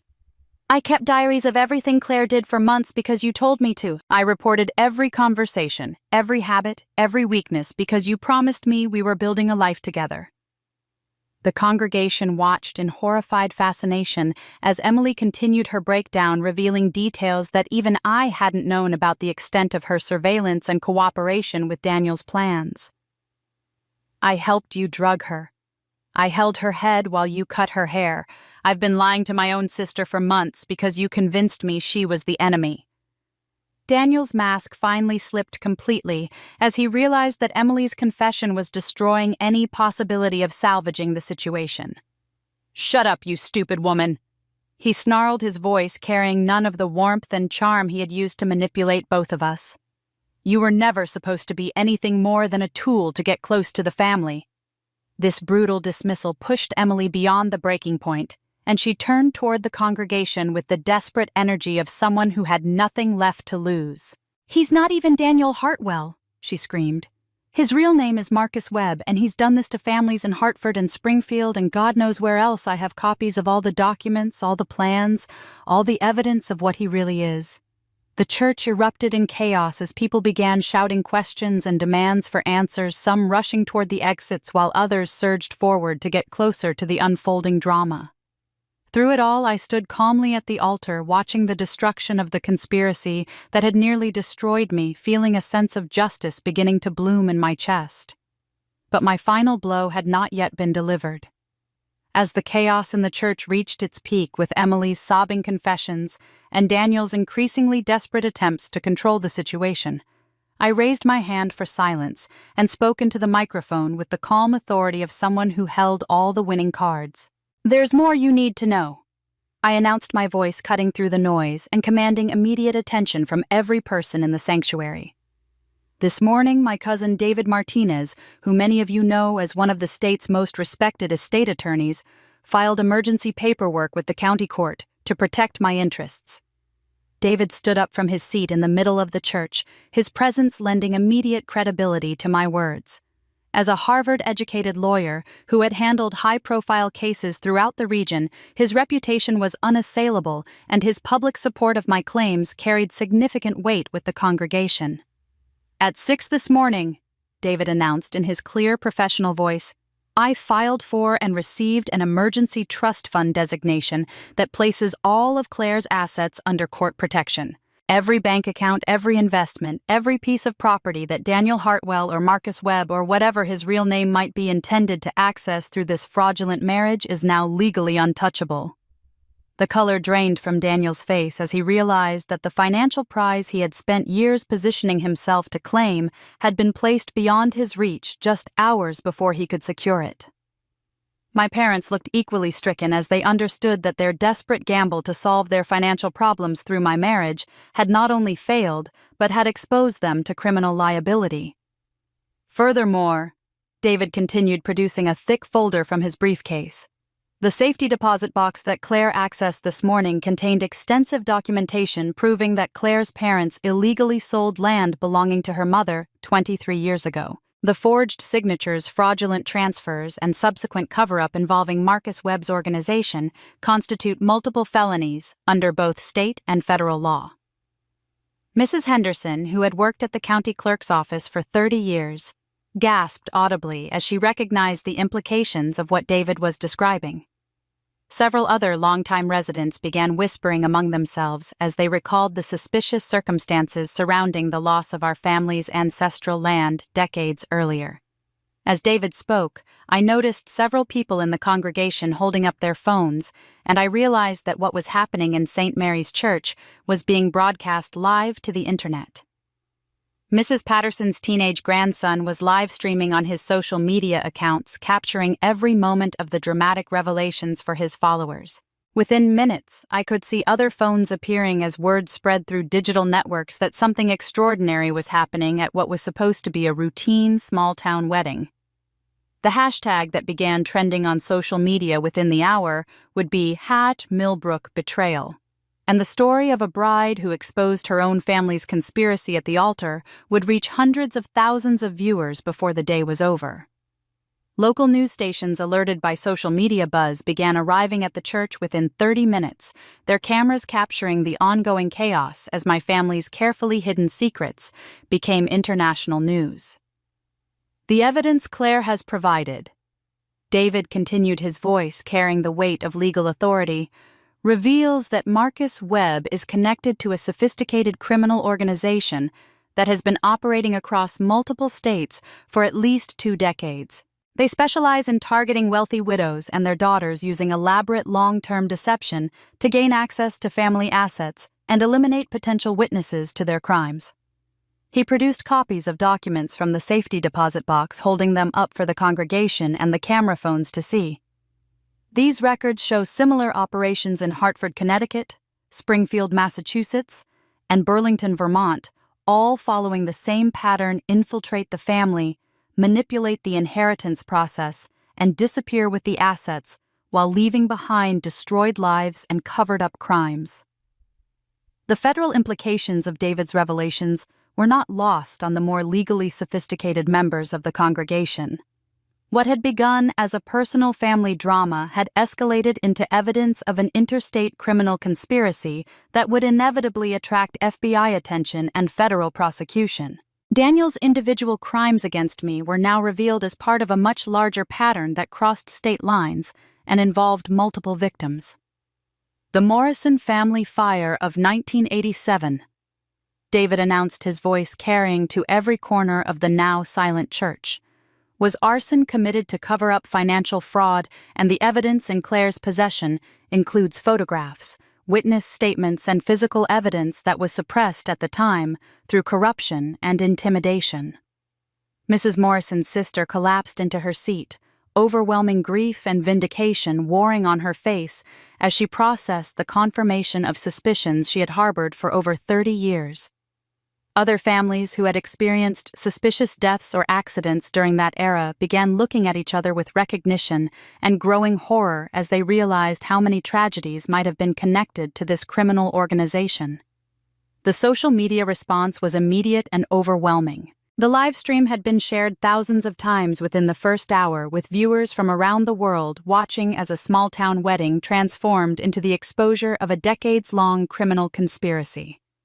News outlets began reaching out to David's office requesting interviews and additional information about the federal crimes that were being revealed. Daniel made one final attempt to salvage the situation, lunging toward the microphone and shouting, "This is all lies. She's having a mental breakdown. None of this is real." But his desperate denials only served to make him appear more guilty, and several men in the congregation moved to restrain him as his behavior became increasingly erratic. My parents sat in stunned silence in the front pew, the full weight of their situation finally becoming clear to them.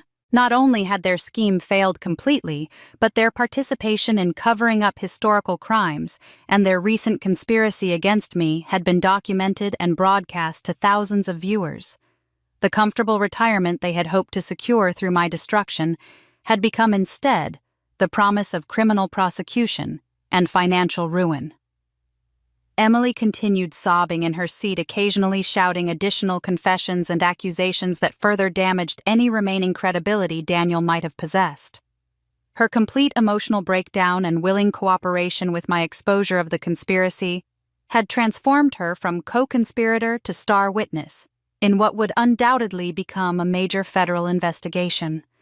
Their fortunes vanished, but an even bigger secret was about to surface. The bigger secret I had alluded to was about to emerge not from any revelation I had planned, but from the complete psychological breakdown of my family members as they faced the destruction of everything they had worked to hide for decades.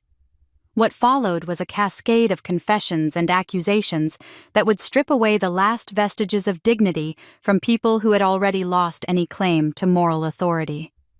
Emily's sobs had intensified as she processed the full scope of her betrayal and humiliation, but rather than retreating into silence, her emotional collapse drove her toward an even more complete confession.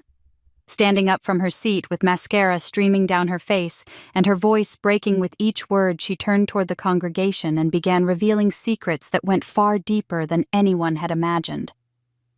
"You want to know why I helped him?" she screamed, her voice raw with pain and fury. "Because our parents threatened to cut me off completely if I didn't. They told me that Daniel's people would destroy our whole family if I didn't cooperate, that they would expose what really happened with Mother's lawsuit, and we'd all go to prison." Her words hit the congregation like physical blows, each revelation more shocking than the last. For months, they made me spy on Claire, made me report every conversation, every friend she talked to, every place she went. They said it was the only way to protect the family from what Mother had started 20 years ago. My father tried to stand up and silence Emily, but she whirled on him with the fury of someone who had nothing left to lose. "Sit down, you coward. You made me choose between betraying my sister and watching you go to prison for forging Mother's signature on those land deals.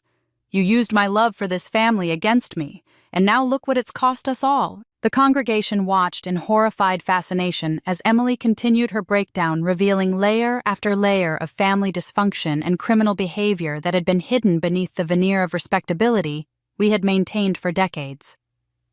Daniel promised me that if I helped him, he would make sure the evidence against Dad disappeared forever. He said we could all start fresh, that Claire would be fine because she'd be married to someone who would take care of her. It was at this moment that Ruth Caldwell, who had been sitting quietly in the back of the church throughout the chaos, slowly stood up and walked toward the front.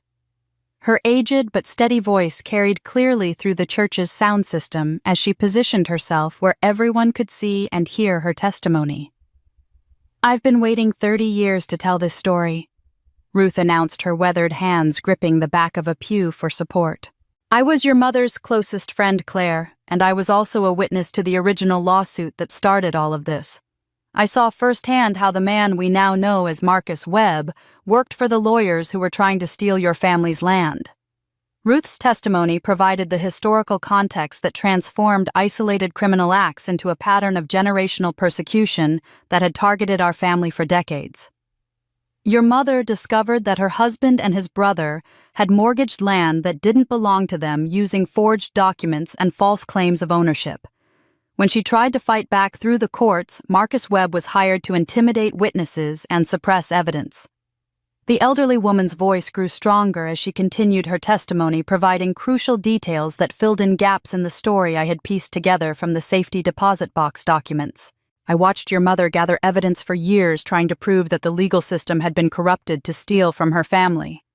She knew that Marcus Webb would come back someday to finish what he had started, and she spent her final years preparing you to fight back when that day arrived." While Ruth spoke, I watched my parents' carefully maintained facade crumble completely as they realized that their last hope of maintaining plausible deniability had vanished. My father made a desperate attempt to control the narrative by jumping to his feet and pointing an accusing finger at my mother. "This is all her fault," he shouted, his voice cracking with desperation. "She's the one who insisted we take out those loans against the land. She's the one who wanted the fancy house and the expensive cars. I never wanted to get involved with these people." My mother's response was immediate and equally desperate, her voice shrill with panic as she threw her husband under the proverbial bus in front of the live streaming cameras and horrified congregation. "Don't you dare blame me for your gambling debts. You're the one who lost $50,000 at the casino and needed to forge my signature to cover it up." The spectacle of my parents publicly destroying each other while their crimes were being broadcast live to thousands of viewers was both horrifying and grimly satisfying. Every word they spoke further incriminated themselves and destroyed any sympathy they might have garnered from the community that had known and trusted them for decades. "I never wanted to hurt Claire," my mother continued, her voice becoming increasingly hysterical as she realized how thoroughly their situation had deteriorated. "But you convinced me that if we didn't cooperate with Marcus, he would send us all to prison. You said this was the only way to protect our family." The congregation watched in stunned silence as my parents continued their mutual destruction, each accusation revealing new depths of moral bankruptcy and criminal complicity. The live stream viewers were witnessing not just the exposure of a criminal conspiracy, but the complete collapse of a family's reputation and social standing in real time. David had been documenting everything on his phone, creating a record that would be invaluable for the federal prosecution that was now inevitable. The combination of physical evidence, recorded confessions, eyewitness testimony, and public admissions of guilt would make the coming criminal cases virtually impossible for any defense attorney to contest. Through all of this chaos and revelation, I noticed that Daniel had been strangely quiet, standing at the altar with an expression that had shifted from panic to something much more dangerous. While everyone else's attention was focused on the family drama unfolding in the pews, he had been slowly moving toward the side exit of the church, his eyes calculating distances and escape routes, with the practiced assessment of someone who had clearly done this before. But Daniel still had one final card to play, and it was more dangerous than I imagined. Daniel's final dangerous card turned out to be a desperate attempt to rewrite the narrative of what had happened at the church, using the same media channels that had initially spread the story of my exposure to now paint me as an unstable woman who had orchestrated an elaborate fiction to cover up her own mental breakdown. Within hours of the church confrontation, carefully crafted stories began appearing on disreputable gossip websites and tabloid social media accounts, all pushing the same coordinated message about my supposed psychological instability. The smear campaign was sophisticated and clearly expensive, suggesting that Daniel had access to resources and connections that went far beyond what a simple con artist could marshal.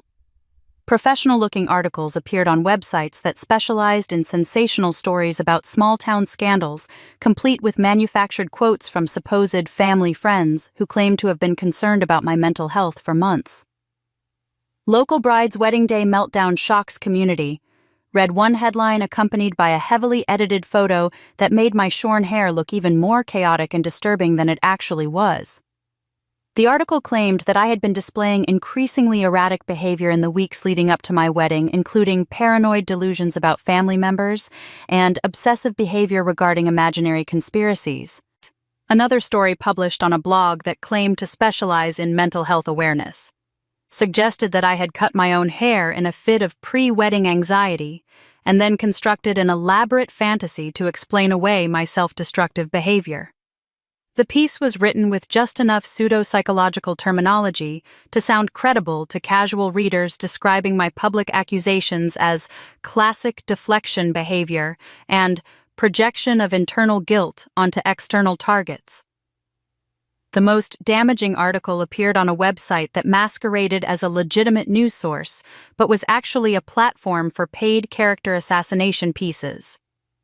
This story quoted an unnamed medical professional who claimed that my behavior at the church was consistent with acute psychotic episode triggered by wedding stress, and suggested that my family members were actually victims of my delusions rather than perpetrators of any actual crimes. For the first 24 hours after these stories began circulating, the smear campaign seemed to be gaining traction.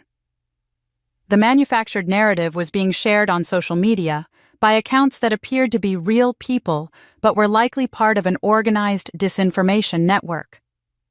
Comment sections filled with supposedly concerned citizens expressing sympathy for my obviously troubled mental state and criticism of the community for enabling a clearly unwell woman's fantasies. The psychological warfare was designed to make me question my own credibility and isolate me from potential supporters, by suggesting that anyone who believed my story was either gullible or complicit in enabling my supposed delusions. It was exactly the kind of sophisticated gaslighting campaign that would have been devastatingly effective against someone who didn't have concrete evidence to support their claims. But Daniel had made a critical miscalculation in his desperation to discredit me. He had forgotten that the entire church confrontation had been recorded not just by the teenage live streamer, but by dozens of wedding guests who had captured various angles of the dramatic events on their personal devices. These authentic recordings told a very different story than the one his hired journalists were trying to promote. Mrs. Patterson's grandson, whose initial live stream had sparked the viral spread of my story, took it upon himself to compile and release additional footage from other attendees. His follow-up video, posted with the caption, "The real story of what happened at the Millbrook wedding," contained clear audio of the recordings I had played through the church sound system, unedited footage of Emily's confession, and multiple angles showing my calm, composed demeanor throughout the entire confrontation. The contrast between the collected, rational woman visible in the authentic footage and the unstable, delusional person described in Daniel's planted stories was so stark that it immediately exposed the smear campaign for what it was. Viewers could see for themselves that I had presented organized evidence, spoken coherently about complex financial and legal matters, and maintained my composure, even under extreme emotional stress. Within hours of the authentic footage being widely shared, the tide of public opinion began turning decisively against Daniel and his media manipulation efforts.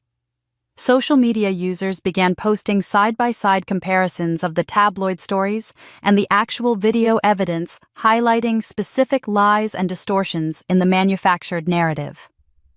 The hashtag #MillbrookTruth began trending as people shared analysis of how the smear campaign contradicted the documented facts. But the most damaging blow to Daniel's desperate counterattack came from an unexpected source.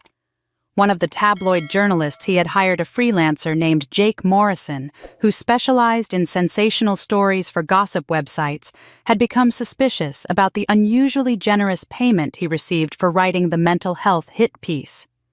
His investigative instincts kicked in when he noticed that the same anonymous client was simultaneously commissioning similar stories from multiple writers across different platforms. Morrison began digging into the source of his assignment and discovered a trail of financial transactions that led back to bank accounts connected to the multi-state fraud organization that David had exposed during the church confrontation. In an ironic twist, Morrison realized that he had been hired to discredit the very person who was trying to expose the criminal network he had unknowingly become entangled with. Rather than continue participating in what he now recognized as a criminal conspiracy, Morrison contacted the FBI field office in Albany and provided them with detailed information about how he had been recruited to spread disinformation about me. His cooperation gave federal investigators their first direct link between Daniel's current actions and the broader criminal organization that had been operating across multiple states. The FBI's involvement transformed what had been a local scandal into a federal investigation, bringing resources and expertise that Daniel's organization couldn't hope to match or corrupt. Within days of Morrison's contact with federal authorities, search warrants were being executed at locations across the Northeast, and bank records were being subpoenaed that would trace the financial networks supporting decades of fraud and intimidation. The smear campaign that was supposed to destroy my credibility instead became the evidence that sealed Daniel's fate and exposed the full scope of his organization's operations. Every lie he had paid to have published became proof of his guilt, and every attempt to manipulate public opinion became evidence of his criminal intent. As I watched the carefully constructed lies unravel in real time, replaced by independently verified truth from dozens of sources, I felt a profound sense of vindication that went beyond personal satisfaction. The same media ecosystem that Daniel had tried to weaponize against me had become the instrument of his own destruction. They tried to silence me, but truth has its own voice. Part 16. Michael's Steadfast Stand. As the truth began to triumph over Daniel's desperate smear campaign, I found that my strongest ally in the fight for credibility came from the most unexpected, yet most natural source imaginable. Michael Carter, who had been quietly gathering evidence and providing support from behind the scenes, stepped forward into the public spotlight with a courage and authority that transformed the entire narrative surrounding my situation. 3 days after the church confrontation, Michael called a press conference at Millbrook General Hospital, where he served as chief of staff. The setting itself lent tremendous credibility to his statements, as did his reputation as one of the most respected medical professionals in the region. When Dr. Michael Carter spoke, the community listened, and his words carried the weight of scientific authority and moral integrity. Standing behind a podium in the hospital's main conference room with local news cameras recording every word, and regional journalists taking careful notes, Michael presented a comprehensive analysis of the evidence I had revealed. His medical training had taught him to approach complex problems with systematic methodology, and he applied this same rigorous approach to dismantling Daniel's criminal organization. I have spent the past week examining the documentation that Claire Mitchell courageously brought to light. Michael announced, his calm professional demeanor lending gravitas to every statement. As a physician, and as a longtime member of this community, I can state unequivocally that the evidence of criminal conspiracy fraud and organized intimidation is overwhelming and medically documented. He produced copies of the audio recordings, the financial documents, and the historical evidence from the safety deposit box, presenting them with the same methodical precision he would use to diagnose a complex medical condition. The pattern of behavior documented in these materials spans multiple decades and involves systematic targeting of vulnerable families through sophisticated psychological manipulation and financial fraud. Michael's endorsement carried particular weight because of his standing in the community and his complete lack of apparent self-interest in the matter. Unlike family members or legal representatives who might be seen as having ulterior motives, Michael's testimony came from someone whose only possible motivation was a commitment to truth and justice. The mainstream media response was immediate and decisive. Within hours of Michael's press conference, legitimate news outlets began picking up the story with the serious treatment it deserved, rather than the sensationalized coverage that had initially dominated social media. The Albany Times-Union ran a front-page investigative piece about multi-state fraud organizations targeting small communities, while regional television stations began sending experienced journalists to cover what they now recognized as a significant criminal case, rather than mere local gossip. But it was during the private conversation that followed his public statement that Michael revealed the deeper emotional currents that had driven his unwavering support for my cause. As we sat in his office after the reporters had left, surrounded by medical journals and the quiet dignity of a life devoted to healing, Michael shared secrets that transformed my understanding of our relationship and my family's history. "There's something I need to tell you, Claire. Something I should have shared years ago, but promised your mother I would keep confidential until the right moment," Michael said, his voice carrying the weight of long-held secrets. "I loved your mother deeply and completely, though I was never able to tell her so while she was alive." The revelation hit me with unexpected force, not because it was shocking, but because it explained so many small mysteries about Michael's behavior over the years. His constant availability when our family needed medical care, his refusal to move away despite offers from larger hospitals, his bachelor lifestyle that had puzzled the community for decades, all of it suddenly made perfect sense. "She knew how I felt," Michael continued, his eyes distant with memory. "Your mother was perceptive about these things, and she was kind enough never to embarrass me by acknowledging what we both understood. But on her deathbed, when she was preparing for the battle she knew was coming, she made me promise something that has shaped every decision I've made since." He pulled out a small leather journal that I recognized immediately as one of my mother's personal diaries, one I hadn't known existed among her papers. "She asked me to protect you from the forces that had tormented her, to be the ally she wouldn't be able to be when the time came for you to fight back. She said that if anything happened to her, you would need someone who existed outside the family's circle of influence, someone whose loyalty couldn't be bought or manipulated." As Michael handed me the diary, I felt the familiar weight of my mother's wisdom and foresight. Her handwriting, still elegant, despite the illness that was claiming her life, filled page after page with observations about the people around her and assessments of who could be trusted when the inevitable confrontation came. The entry that brought tears to my eyes was dated just 2 weeks before her death. "Michael Carter is the only person in this world whose motives I trust completely. He loves me, and by extension he will love and protect my daughter when I can no longer do so. His heart is pure in a way that few hearts are, and Claire will need that purity to counteract the poison that surrounds her." Reading these words written by my mother as she faced her own mortality, I realized that Michael's protection and support hadn't been the result of coincidence or simple neighborly concern. It had been part of my mother's careful planning, her way of ensuring that I would have at least one truly trustworthy ally when the battle she had been preparing for finally arrived. "She wrote about you constantly in those final months," Michael said softly, watching my face as I absorbed the implications of what I was reading. "She saw your strength, your intelligence, your capacity for justice, and she knew that you would someday need to finish what she had started. But she also knew you would need someone to stand beside you, someone whose love wasn't conditional or transactional." The word love hung between us with new meaning, carrying implications that went far beyond the protection of a family friend or the duty of a medical professional. For the first time since the nightmare had begun, I found myself looking toward a future that contained the possibility of genuine happiness, of a relationship built on truth, rather than deception on mutual respect, rather than manipulation.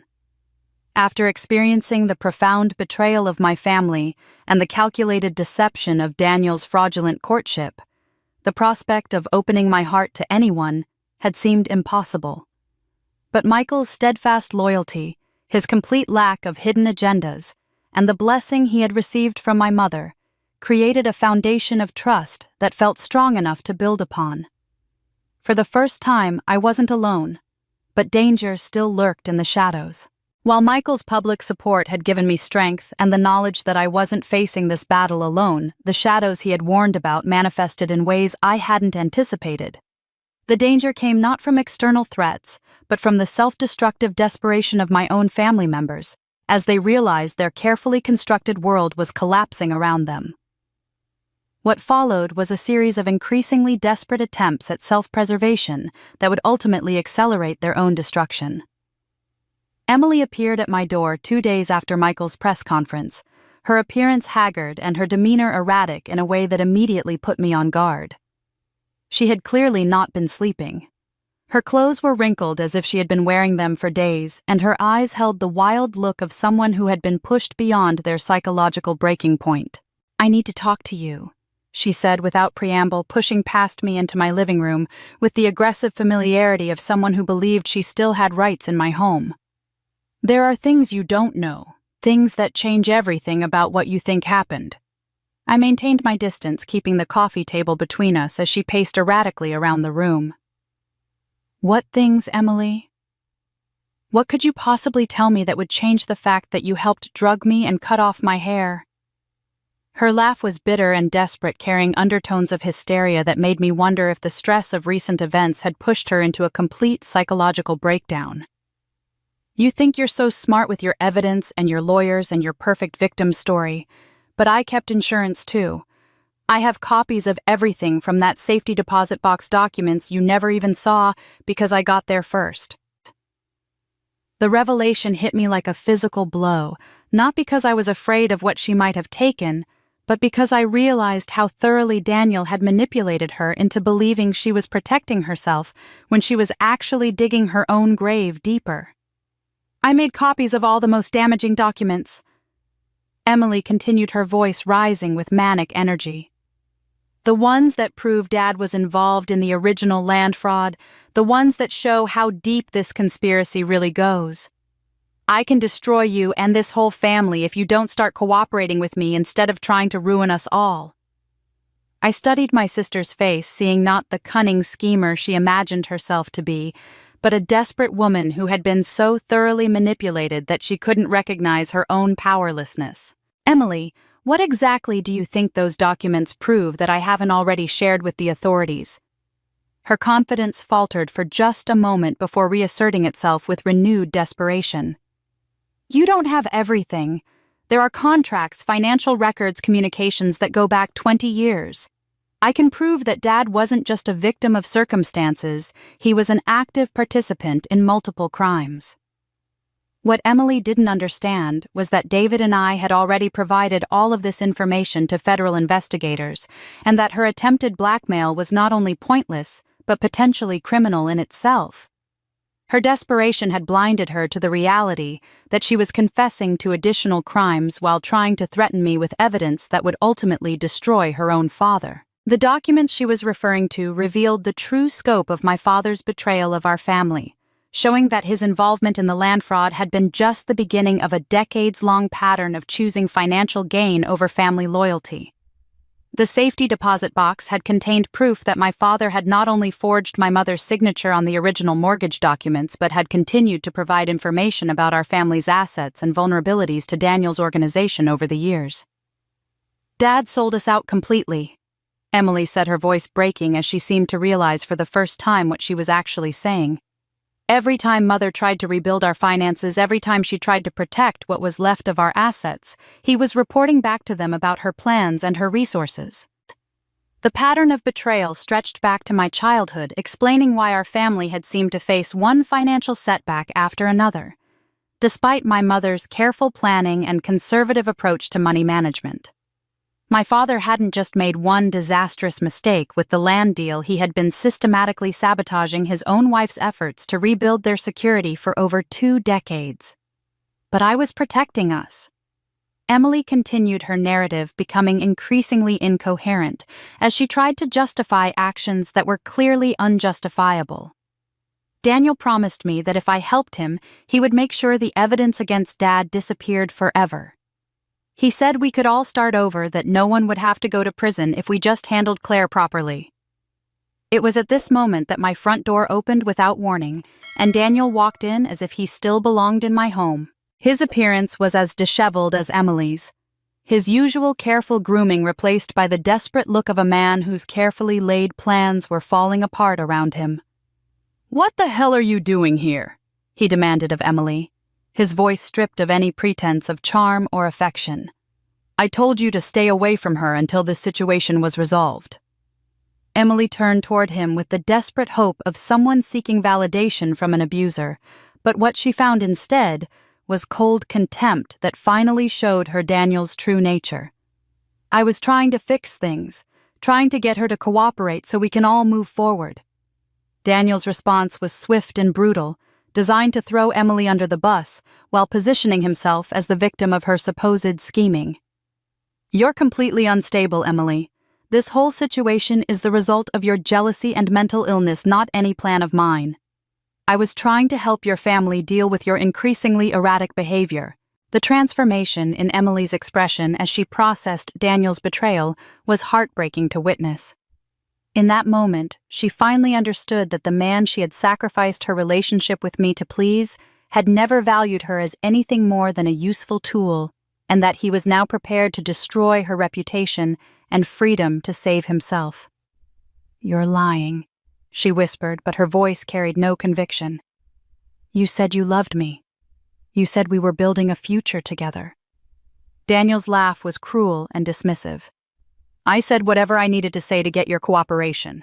Did you really think someone like me would be interested in someone like you for any reason other than access to your family's money?"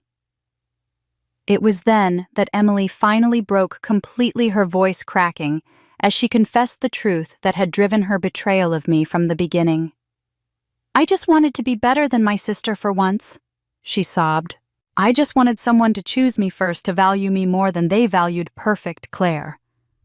The admission revealed the tragic core of our family's destruction, not greed or malice, but the poisonous effects of decades of comparison and conditional love that had turned siblings against each other and made Emily vulnerable to manipulation by someone who understood exactly how to exploit her insecurities.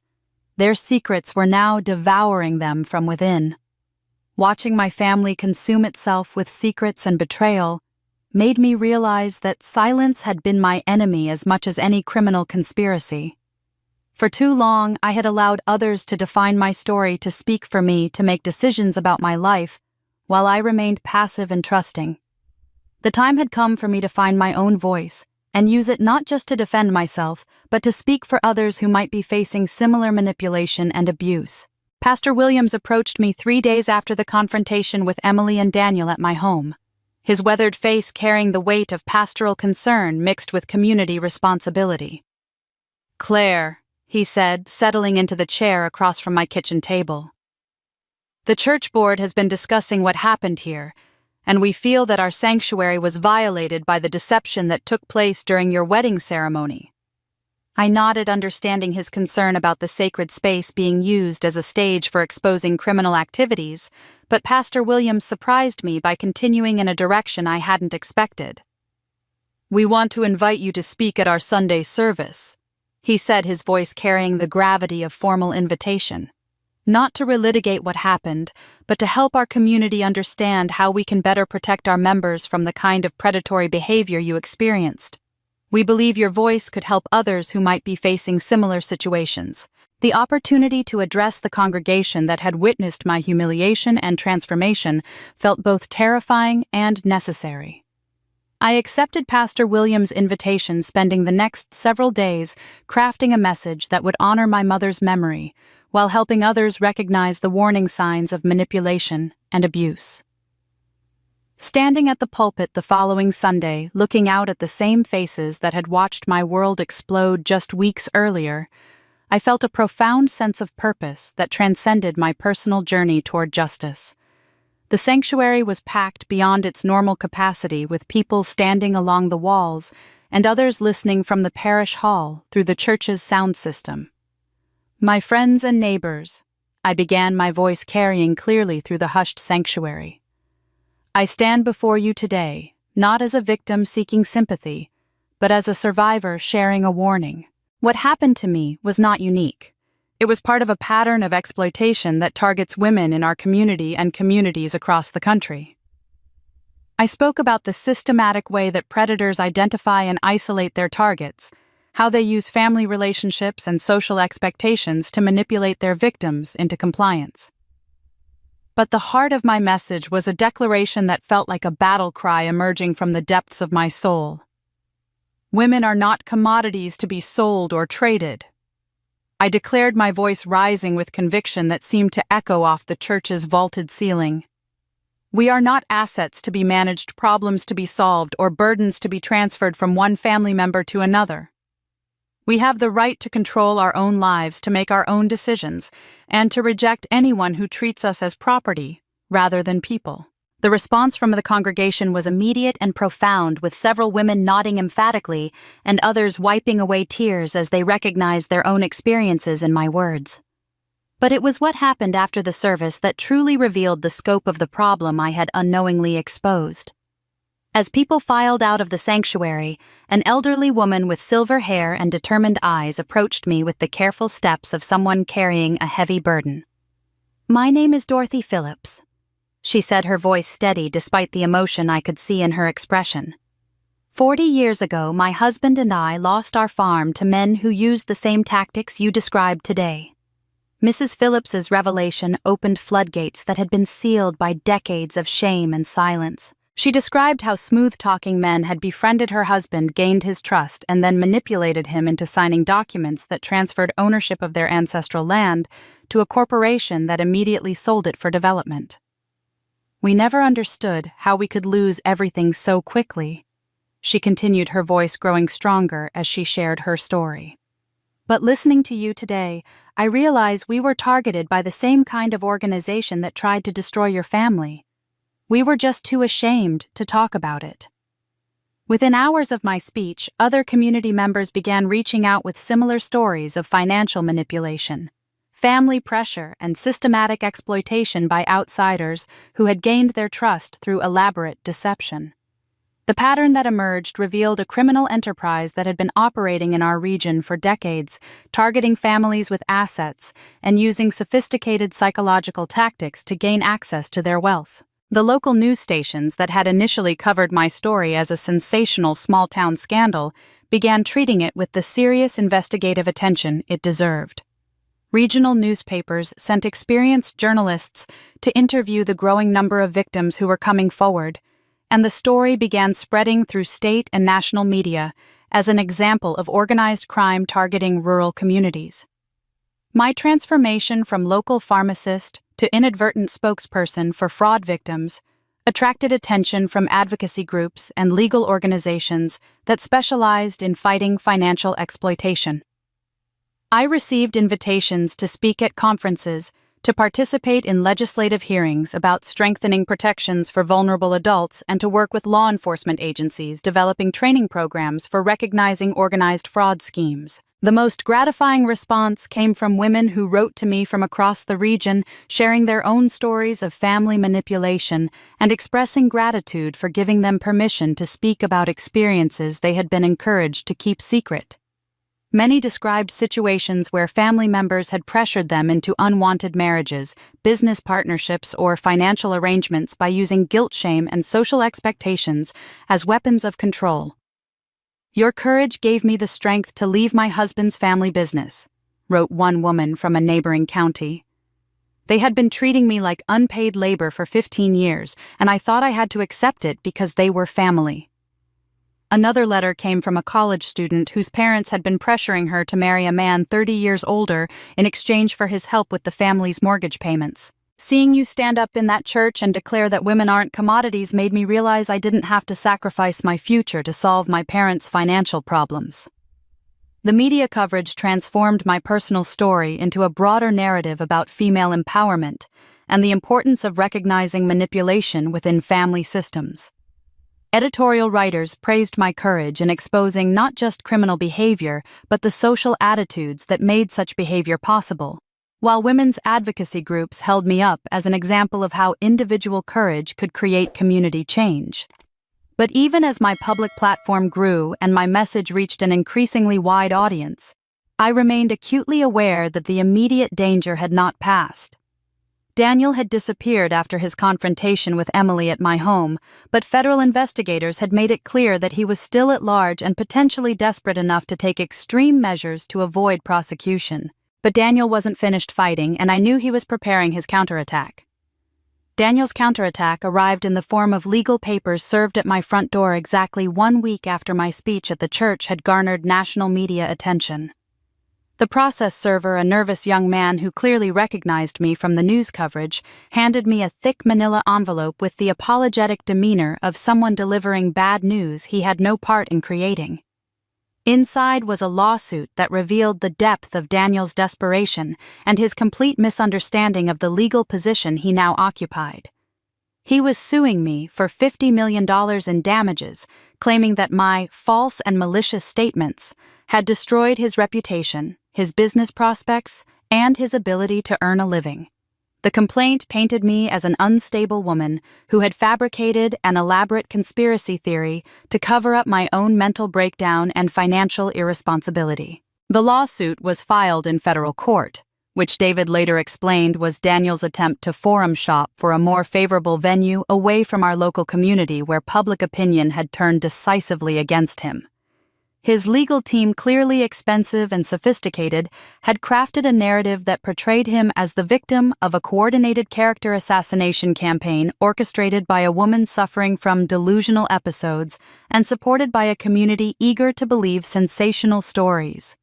David's reaction when I showed him the lawsuit papers was a mixture of professional interest and barely contained satisfaction.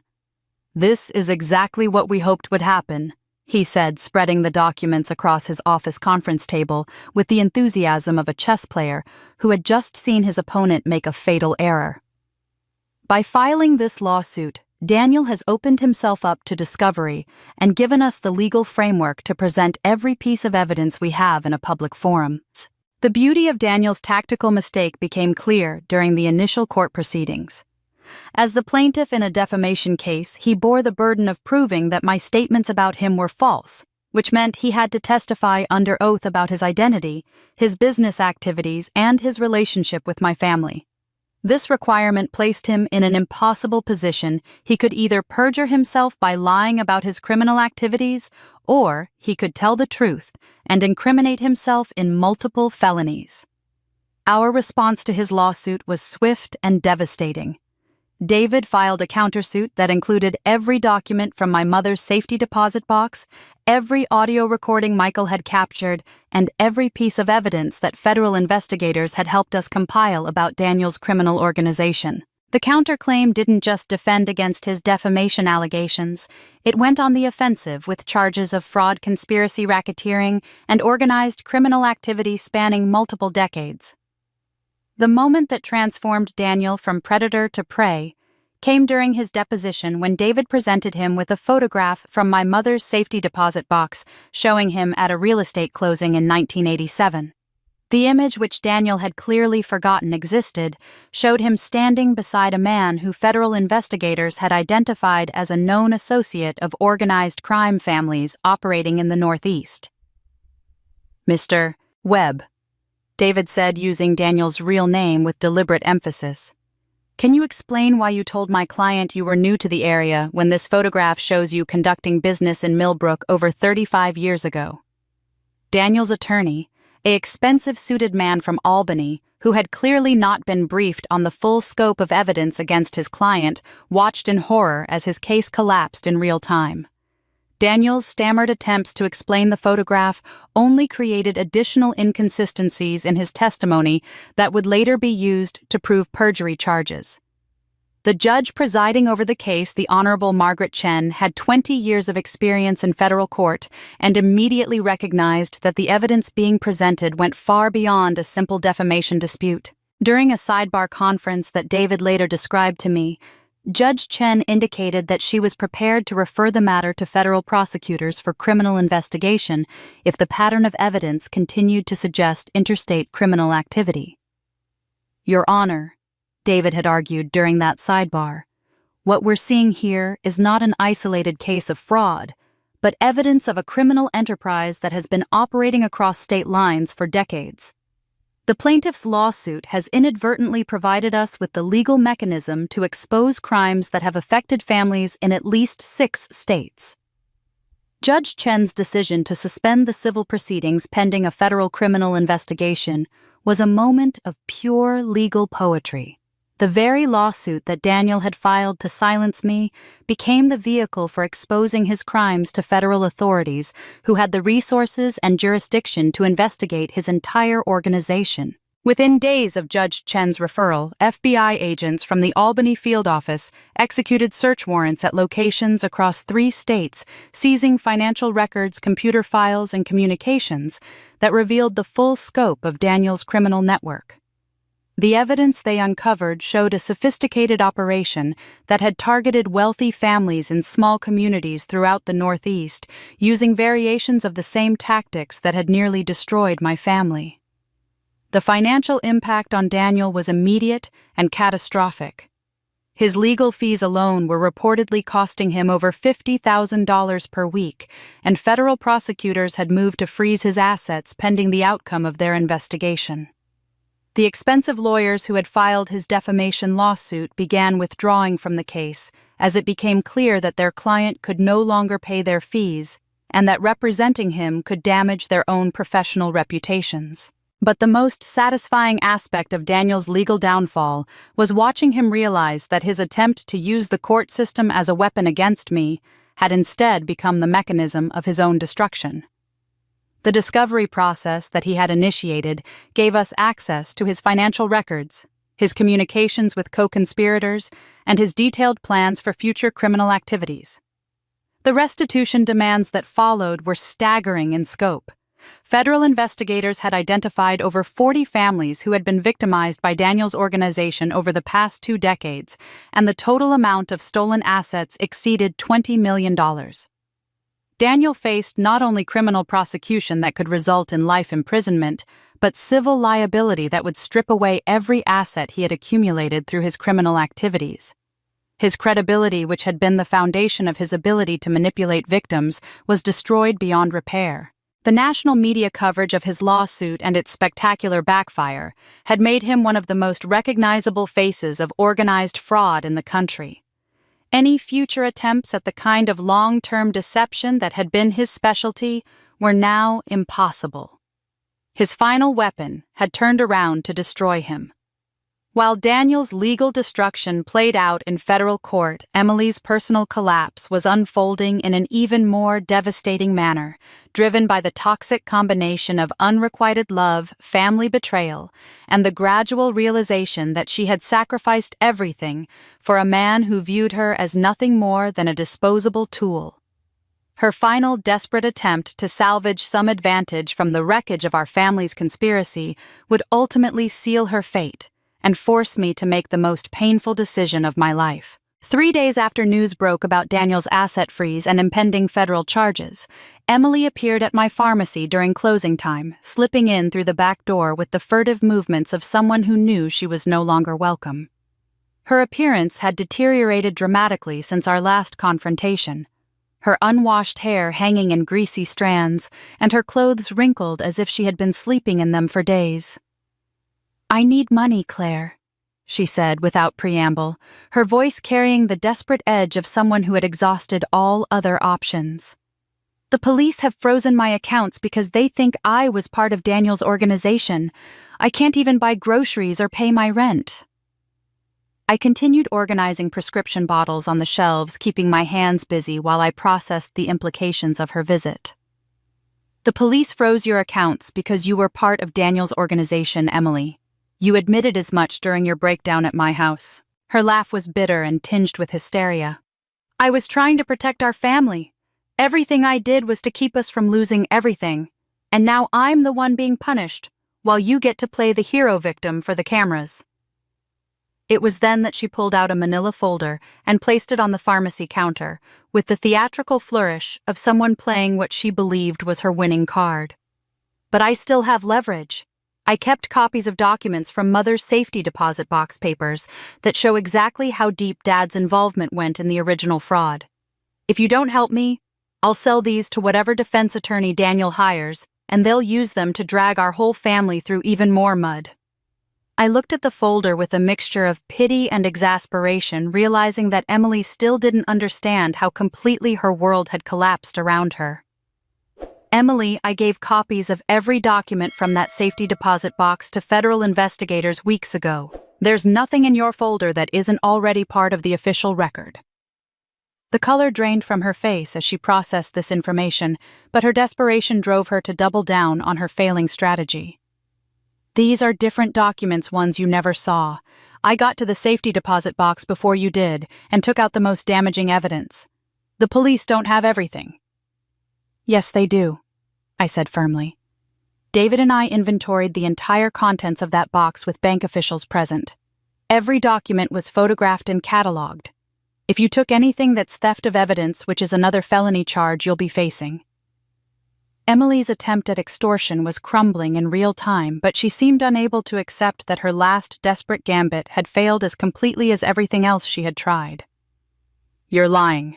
You have to help me. I'm your sister."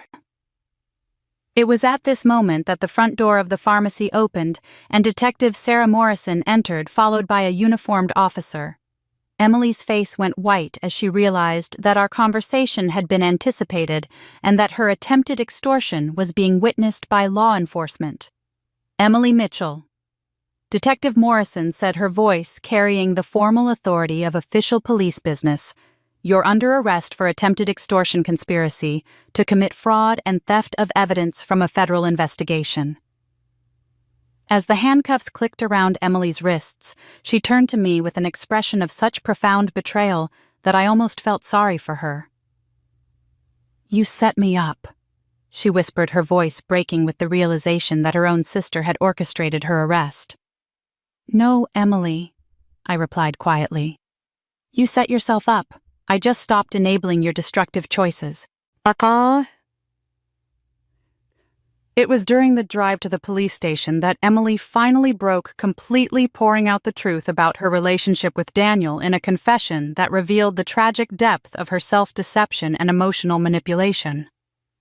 Detective Morrison later shared the recording with me as part of the ongoing investigation, and listening to Emily's words was one of the most heartbreaking experiences of my life. "I loved him," Emily sobbed into the recording device, her voice raw with pain and humiliation. "Not just cooperated with him or helped him, I genuinely, completely loved him. I thought we were building a life together, that he saw something special in me that no one else ever had." Her confession revealed that Daniel had cultivated her romantic feelings systematically, using her insecurities about always being compared to me as the foundation for a relationship that existed entirely in her imagination. He had convinced her that their conspiracy against me was proof of their partnership, that betraying her sister demonstrated her loyalty to him and their shared future. He would hold me and tell me how much smarter I was than Claire, how much more deserving I was of happiness and success. Emily continued through her tears. "He said that once we had access to her inheritance, we could go anywhere, start fresh, build the kind of life I had always dreamed of, but never thought I could have." The most devastating part of Emily's confession was her description of the moment when she realized that Daniel's feelings for her had been entirely fabricated. During their final confrontation at my house, when he had called her a useful idiot and dismissed her value so cruelly, Emily had seen the truth about their relationship with shattering clarity. "I gave up my relationship with my sister, my reputation in this community, my own moral compass, because I thought I had found someone who valued me above everyone else in the world." She wept. "And it was all a lie. Every kiss, every promise, every moment of intimacy. It was all just him manipulating me to get what he wanted. 3 days after her arrest, Emily was granted one phone call, and she chose to call me. Her voice through the jail phone was small and broken, stripped of all the anger and desperation that had driven her recent actions. "Claire," she whispered, "I know I don't deserve forgiveness. I know I destroyed everything between us and hurt you in ways that can never be repaired. But could you please just one more time call me sister? I need to hear you say it to remember what it felt like when we were family." I held the phone in silence for a long moment, feeling the weight of our shared childhood, our parents' expectations, and the toxic dynamics that had driven us to this point. Emily had made her choices, and those choices had consequences that extended far beyond her own life. She had been willing to sacrifice me for her delusions about Daniel, had participated in drugging me and cutting off my hair, had tried to blackmail me even after her arrest. "No, Emily," I said finally, my voice steady but not unkind. "You stopped being my sister the night you held my head while they cut off my hair. You stopped being family when you chose a stranger's lies over your own blood. I wish you well, but I won't pretend we have a relationship that you destroyed." And with those words, I severed the last thread connecting me to my sister. Part 21. Parents in Ruins. With Emily arrested and Daniel facing federal prosecution, the final reckoning came for the two people who should have been my first protectors, but had instead orchestrated my betrayal. My parents, who had spent decades making increasingly desperate financial decisions while maintaining the facade of middle-class respectability, found themselves facing the complete collapse of the world they had built on lies, manipulation, and moral compromise. The federal investigation that had begun with Daniel's criminal activities inevitably led investigators back through the chain of historical fraud that connected him to my family. Bank records subpoenaed as part of the racketeering case revealed the full scope of my father's financial desperation over the past 25 years, showing a pattern of increasingly reckless borrowing, fraudulent loan applications, and illegal transfers of assets that didn't belong to him. The house that had been our family home for 3 decades was seized as part of asset forfeiture proceedings since investigators proved it had been purchased partially with money stolen from my mother's estate through forged documents. Their retirement savings, already depleted by years of poor decisions and gambling losses, were frozen pending restitution calculations for the multiple families they had helped defraud through their cooperation with Daniel's organization. But the financial destruction was only the beginning of their downfall. The respected position my father had held in the community as a successful businessman crumbled when local news outlets began reporting on his decades-long pattern of financial fraud. The Millbrook Chamber of Commerce expelled him from membership, the Rotary Club revoked his honorary awards, and longtime business associates distanced themselves from association with his name. My mother's situation was equally devastating as her involvement in drugging me and orchestrating the haircutting violation became public knowledge through court documents and media coverage. The garden club she had led for 15 years asked for her resignation. The church board removed her from all volunteer positions, and former friends crossed the street to avoid having to acknowledge her presence. Their complete social isolation became apparent when I encountered them at the grocery store 2 weeks after Emily's arrest. They were shopping with the careful attention to prices that spoke of genuine financial hardship, comparing generic brands and calculating costs with the desperate mathematics of people living on a fixed and inadequate income. My father approached me in the produce section with the hesitant movements of someone who expected rejection, but felt compelled to make the attempt anyway. "Claire," he said quietly, his voice carrying none of the authority and confidence I remembered from my childhood. "Could we talk for a few minutes? There are things you need to understand about why we made the choices we did." I continued selecting vegetables while he spoke, not wanting to create a public scene, but also not willing to give him the impression that I was receptive to whatever justification he planned to offer. "Everything we did was to protect Emily," he continued, his voice becoming more desperate as he sensed my lack of response. "When Daniel's people first approached us about the old land deal, they threatened to destroy our whole family if we didn't cooperate. They said they would expose the forgery, send me to prison, and leave you girls with nothing. I turned to face him fully, seeing for the first time how completely the stress and consequences of his actions had aged him. His hair had gone completely gray in the weeks since the church confrontation, and his clothes hung loosely on a frame that had lost significant weight from stress and poor nutrition. "They convinced me that if I helped them get access to your inheritance, they would make sure Emily was protected and provided for after I was gone," he said, his eyes pleading for some sign of understanding or forgiveness. I thought I was making a sacrifice to ensure at least one of my daughters would be secure.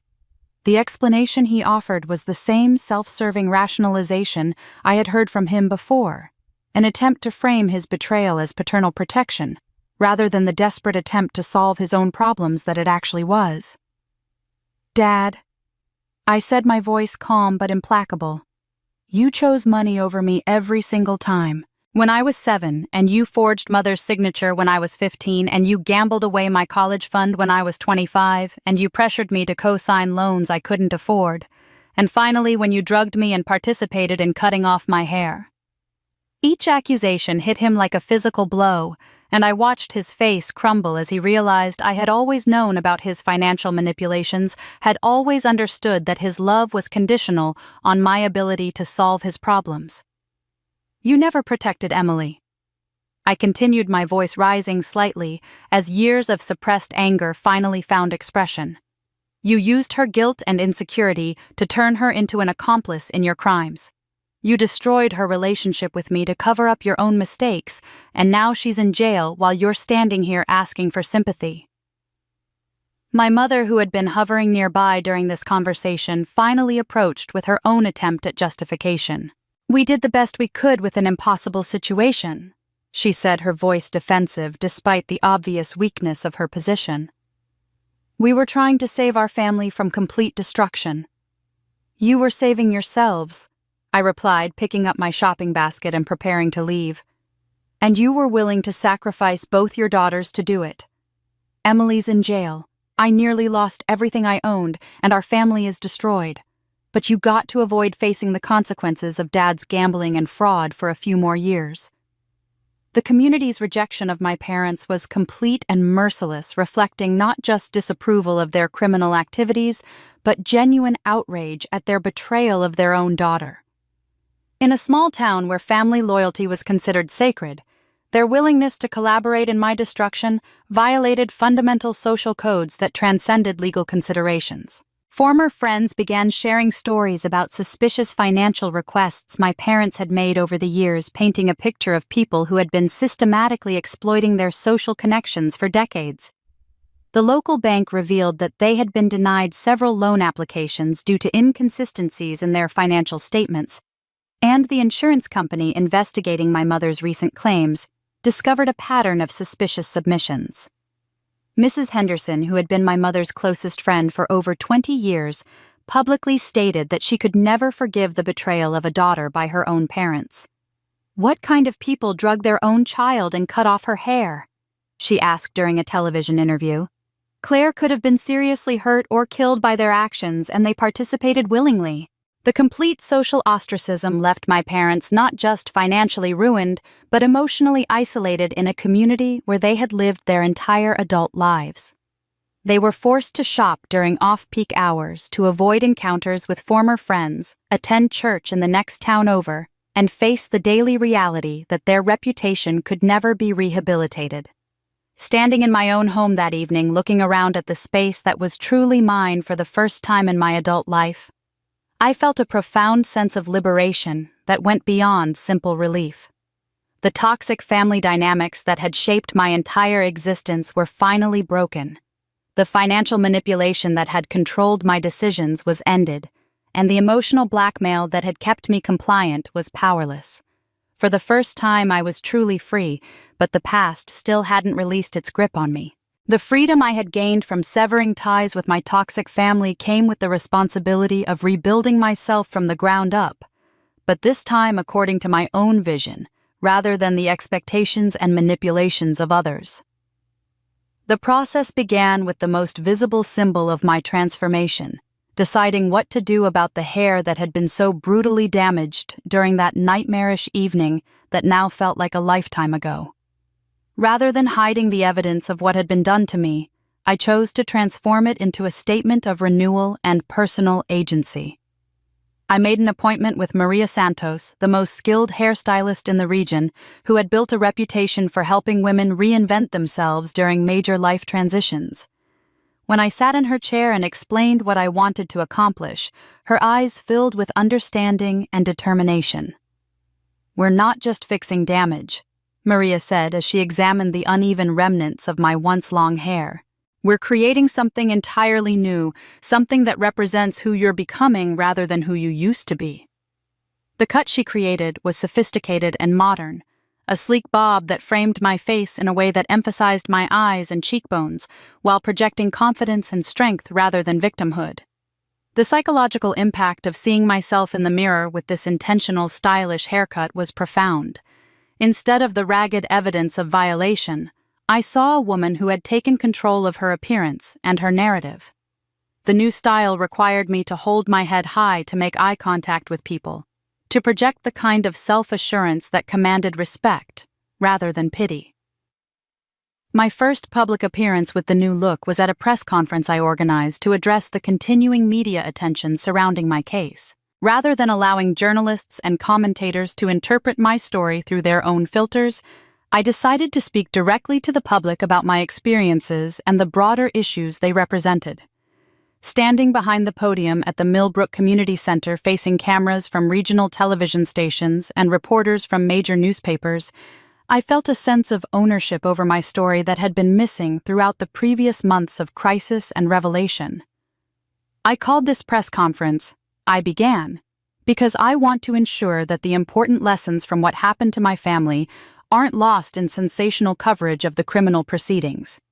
I spoke about the warning signs of financial manipulation that other families should watch for the importance of maintaining individual financial independence even within marriage, and the ways that social expectations about family loyalty can be weaponized by predators to silence victims. The response from both the media and the public was overwhelmingly positive, with several journalists commenting that my composure and articulate presentation contrasted sharply with the victim narrative that had dominated earlier coverage. 3 days after the press conference, I received a letter that would change my understanding of my mother's legacy and provide me with a meaningful way to honor her memory while helping others. The letter came from Patricia Mitchell, a second cousin I had met only briefly at family gatherings years earlier, who lived in Vermont and worked as an estate attorney specializing in charitable foundations. "Dear Claire," her letter began, "I have been following your story in the news, and it has prompted me to contact you about something your mother set up years ago that I think you should know about. She established a private charitable fund specifically to help women who are victims of domestic abuse and financial manipulation, and she named you as the successor trustee in case something happened to her." Patricia's letter went on to explain that my mother had been quietly funding a network of services for abused women throughout the region for over a decade, using money she had carefully set aside from the pharmacy's profits and her own inheritance from my grandmother. The fund had been operating under Patricia's management since my mother's death, but it had always been intended for me to take over when I was ready to handle the responsibility. "Your mother was very specific that you should only be told about this fund if you had demonstrated the strength and wisdom to use it effectively," Patricia continued. "Based on what I've seen of how you've handled your recent difficulties, I believe that time has arrived." The discovery that my mother had been quietly helping women in situations similar to mine felt like receiving a final gift from beyond the grave, a way for her foresight and compassion to continue making a difference in the world. When I met with Patricia the following week to review the fund's operations, I learned that it had helped over 300 women escape abusive relationships, obtain legal representation, and rebuild their lives over the past 8 years. Taking over management of the fund gave me a sense of purpose that went far beyond personal healing or revenge against those who had wronged me. The women who contacted us for help reminded me that my experience, while traumatic, had equipped me with unique insights into the tactics used by financial predators and the family dynamics that make women vulnerable to exploitation. The community's response to my new role was immediate and supportive, with many people expressing pride that someone who had survived such public trauma was using her experience to help others. The local newspaper ran a feature story about the fund's work, and several civic organizations invited me to speak about domestic financial abuse at their meetings. Mrs. Henderson, whose support had meant so much during the darkest days of my ordeal, approached me after one of these speaking engagements with tears in her eyes. "Your mother would be so proud of who you've become," she said, her voice filled with genuine admiration. "You've taken the worst thing that could happen to a person and turned it into a way to protect other people from the same fate." The transformation from victim to advocate felt natural and fulfilling in a way that my previous role as simply the town pharmacist never had. Managing the charitable fund allowed me to use my business skills, my hard-won understanding of legal and financial matters, and my personal experience with manipulation and recovery to make a tangible difference in other women's lives. The respect and admiration I received from community members who had witnessed my journey from naive victim to empowered advocate was gratifying, but more importantly, it represented a complete reversal of the powerlessness that had defined so much of my adult life. Instead of being acted upon by others, I was now the one taking action on behalf of people who needed help.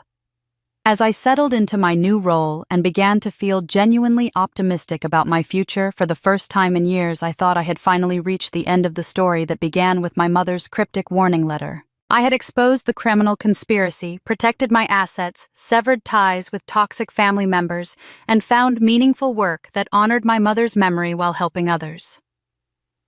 But life still had one more surprise waiting for me.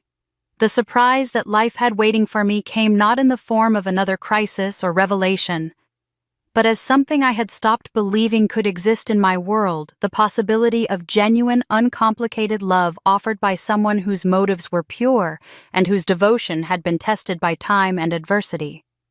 It arrived on a quiet evening in early autumn, 6 months after the last of the criminal proceedings had concluded, when Michael appeared at my door with an expression that suggested he had something important to share. I invited him into my living room, the same space where my family had drugged me and planned my destruction, but which I had since reclaimed and transformed into a sanctuary that reflected my own tastes, rather than inherited expectations. As Michael settled into the comfortable chair by the window, I noticed a nervousness in his demeanor that was uncharacteristic for someone who had always projected such steady confidence. "Claire," he began, his hands clasped together in his lap as if he were trying to contain something that wanted to escape. "There are things I need to tell you about my feelings about your mother, and about the promises I made that have guided every decision I've made regarding you for the past 8 years. The gravity in his voice prepared me for something significant, but I couldn't have anticipated the depth of emotion and historical connection he was about to reveal. "I need you to understand that my support for you during this ordeal wasn't just the action of a concerned friend or even a rejected suitor seeking redemption." Michael continued, his eyes meeting mine with the honesty that had always made him trustworthy. "Everything I did was motivated by a promise I made to your mother on her deathbed, but that promise was rooted in feelings I had carried for her since we were young adults." The confession that Michael had loved my mother came as a revelation that recontextualized so many small interactions I had observed over the years. His consistent presence at family gatherings, despite having no official relationship to our family, his unusual emotional investment in my mother's health during her final illness, and his immediate willingness to help me when crisis struck all suddenly made perfect sense. "I met your mother when she was 22 and I was 24 just after I finished medical school and returned to Millbrook to establish my practice," Michael said, his voice taking on the gentle tone of cherished memory. "She was the most intelligent, beautiful, and compassionate woman I had ever encountered, and I fell in love with her completely and immediately." He went on to explain that my mother had been engaged to my father at the time, an arrangement that had more to do with family expectations and financial considerations than romantic love. Michael had never declared his feelings, choosing instead to respect her commitment and maintain a friendship that had lasted throughout her marriage and until her death. "She knew how I felt," Michael continued, And while she never directly acknowledged my feelings, she gave me small signs over the years that suggested she was aware of my devotion and grateful for it, even though she couldn't reciprocate it in the way I might have hoped. The most significant of these signs Michael revealed had come during my mother's final week of life when she had asked him to visit her alone and had pressed something into his hand while extracting a promise that would shape the rest of his life. Michael reached into his jacket pocket and withdrew a small velvet box that looked familiar, though I couldn't immediately place where I might have seen it before. When he opened it, I gasped audibly at the sight of a delicate gold ring set with a small but perfect diamond that I recognized as having belonged to my grandmother.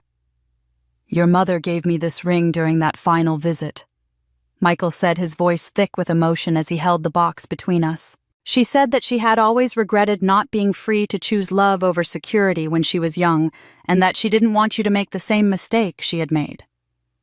The implications of his words and the gesture of presenting my grandmother's ring created a connection between past and future that felt both overwhelming and inevitable.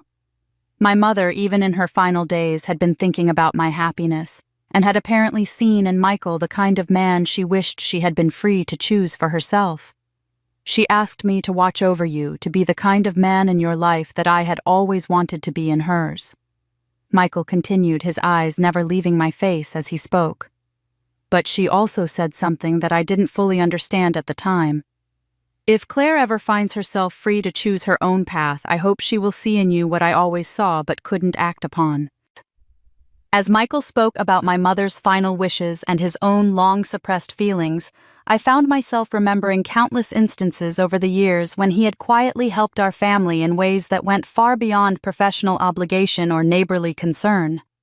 He had been the doctor who made house calls when money was tight, who never sent bills for treatment that insurance didn't cover, who appeared with groceries during my mother's illness without being asked. More recently, he had been the one person who had believed my accusations without question, who had gathered evidence to support my case, who had risked his own reputation to publicly defend my credibility when others might have doubted my mental stability. His support had never wavered, never come with conditions or expectations, never been used as leverage for personal gain. "I'm not asking you to feel obligated by any promises your mother made or any feelings I've carried," Michael said, leaning forward slightly as he prepared to make his final point. "But I am asking you to consider whether what we've built together over these past months might be the foundation for something deeper than friendship or alliance against common enemies." Looking at this man who had proven his loyalty through the worst crisis of my life, who had loved my mother with such devotion and constancy, who had never asked for anything in return for his years of quiet service to our family, I felt something inside me that had been frozen by betrayal beginning to thaw. After experiencing the calculated manipulation of Daniel's false courtship and the conditional love of family members who saw me as a commodity, to be traded the prospect of being loved simply for who I was rather than what I could provide felt almost too precious to believe possible. But as I looked into Michael's eyes and saw the same steady honesty that had made him trustworthy throughout every crisis, I realized that authentic love might actually be simpler, rather than more complicated than the toxic relationships that had nearly destroyed me. For the first time, I dared to dream of love without calculation. The love without calculation that I had dared to dream of became the foundation for a partnership that transformed not only my personal life, but also expanded the reach and impact of my mother's charitable legacy in ways I could never have imagined. Michael's decision to join me in managing the fund brought both his medical expertise and his deep understanding of trauma recovery to our work, creating a synergy that elevated our efforts far beyond what either of us could have accomplished alone. Within 6 months of beginning our collaboration, we had restructured the fund from a small regional charity into a comprehensive national organization that we named the Sarah Mitchell Foundation for Women's Financial Independence, honoring my mother's memory while clearly stating our mission. Michael's medical background proved invaluable in understanding the psychological aspects of financial abuse, while his connections in the healthcare community opened doors to partnerships with hospitals and medical centers across the country. Working together on something that mattered so deeply to both of us created an intimacy that was entirely different from the passionate but manipulative relationship I had experienced with Daniel.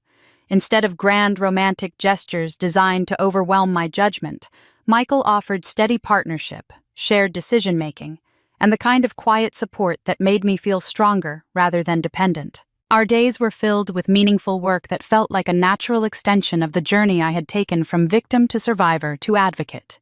We reviewed applications from women seeking help to escape financially abusive situations, consulted with lawyers about the most effective legal strategies for protecting assets from manipulative family members, and developed educational programs to help women recognize the warning signs of economic exploitation before it was too late. The Foundation's growth attracted attention from federal agencies working to combat organized fraud, and we found ourselves consulting with FBI investigators and congressional committees examining legislation to strengthen protections for victims of financial crimes. Michael's credibility in the medical community and my first-hand experience with sophisticated fraud schemes made us effective advocates for policy changes that could prevent other families from experiencing what mine had endured. It was during one of our Foundation's public awareness events that I encountered a reminder of why our work mattered on the most personal level.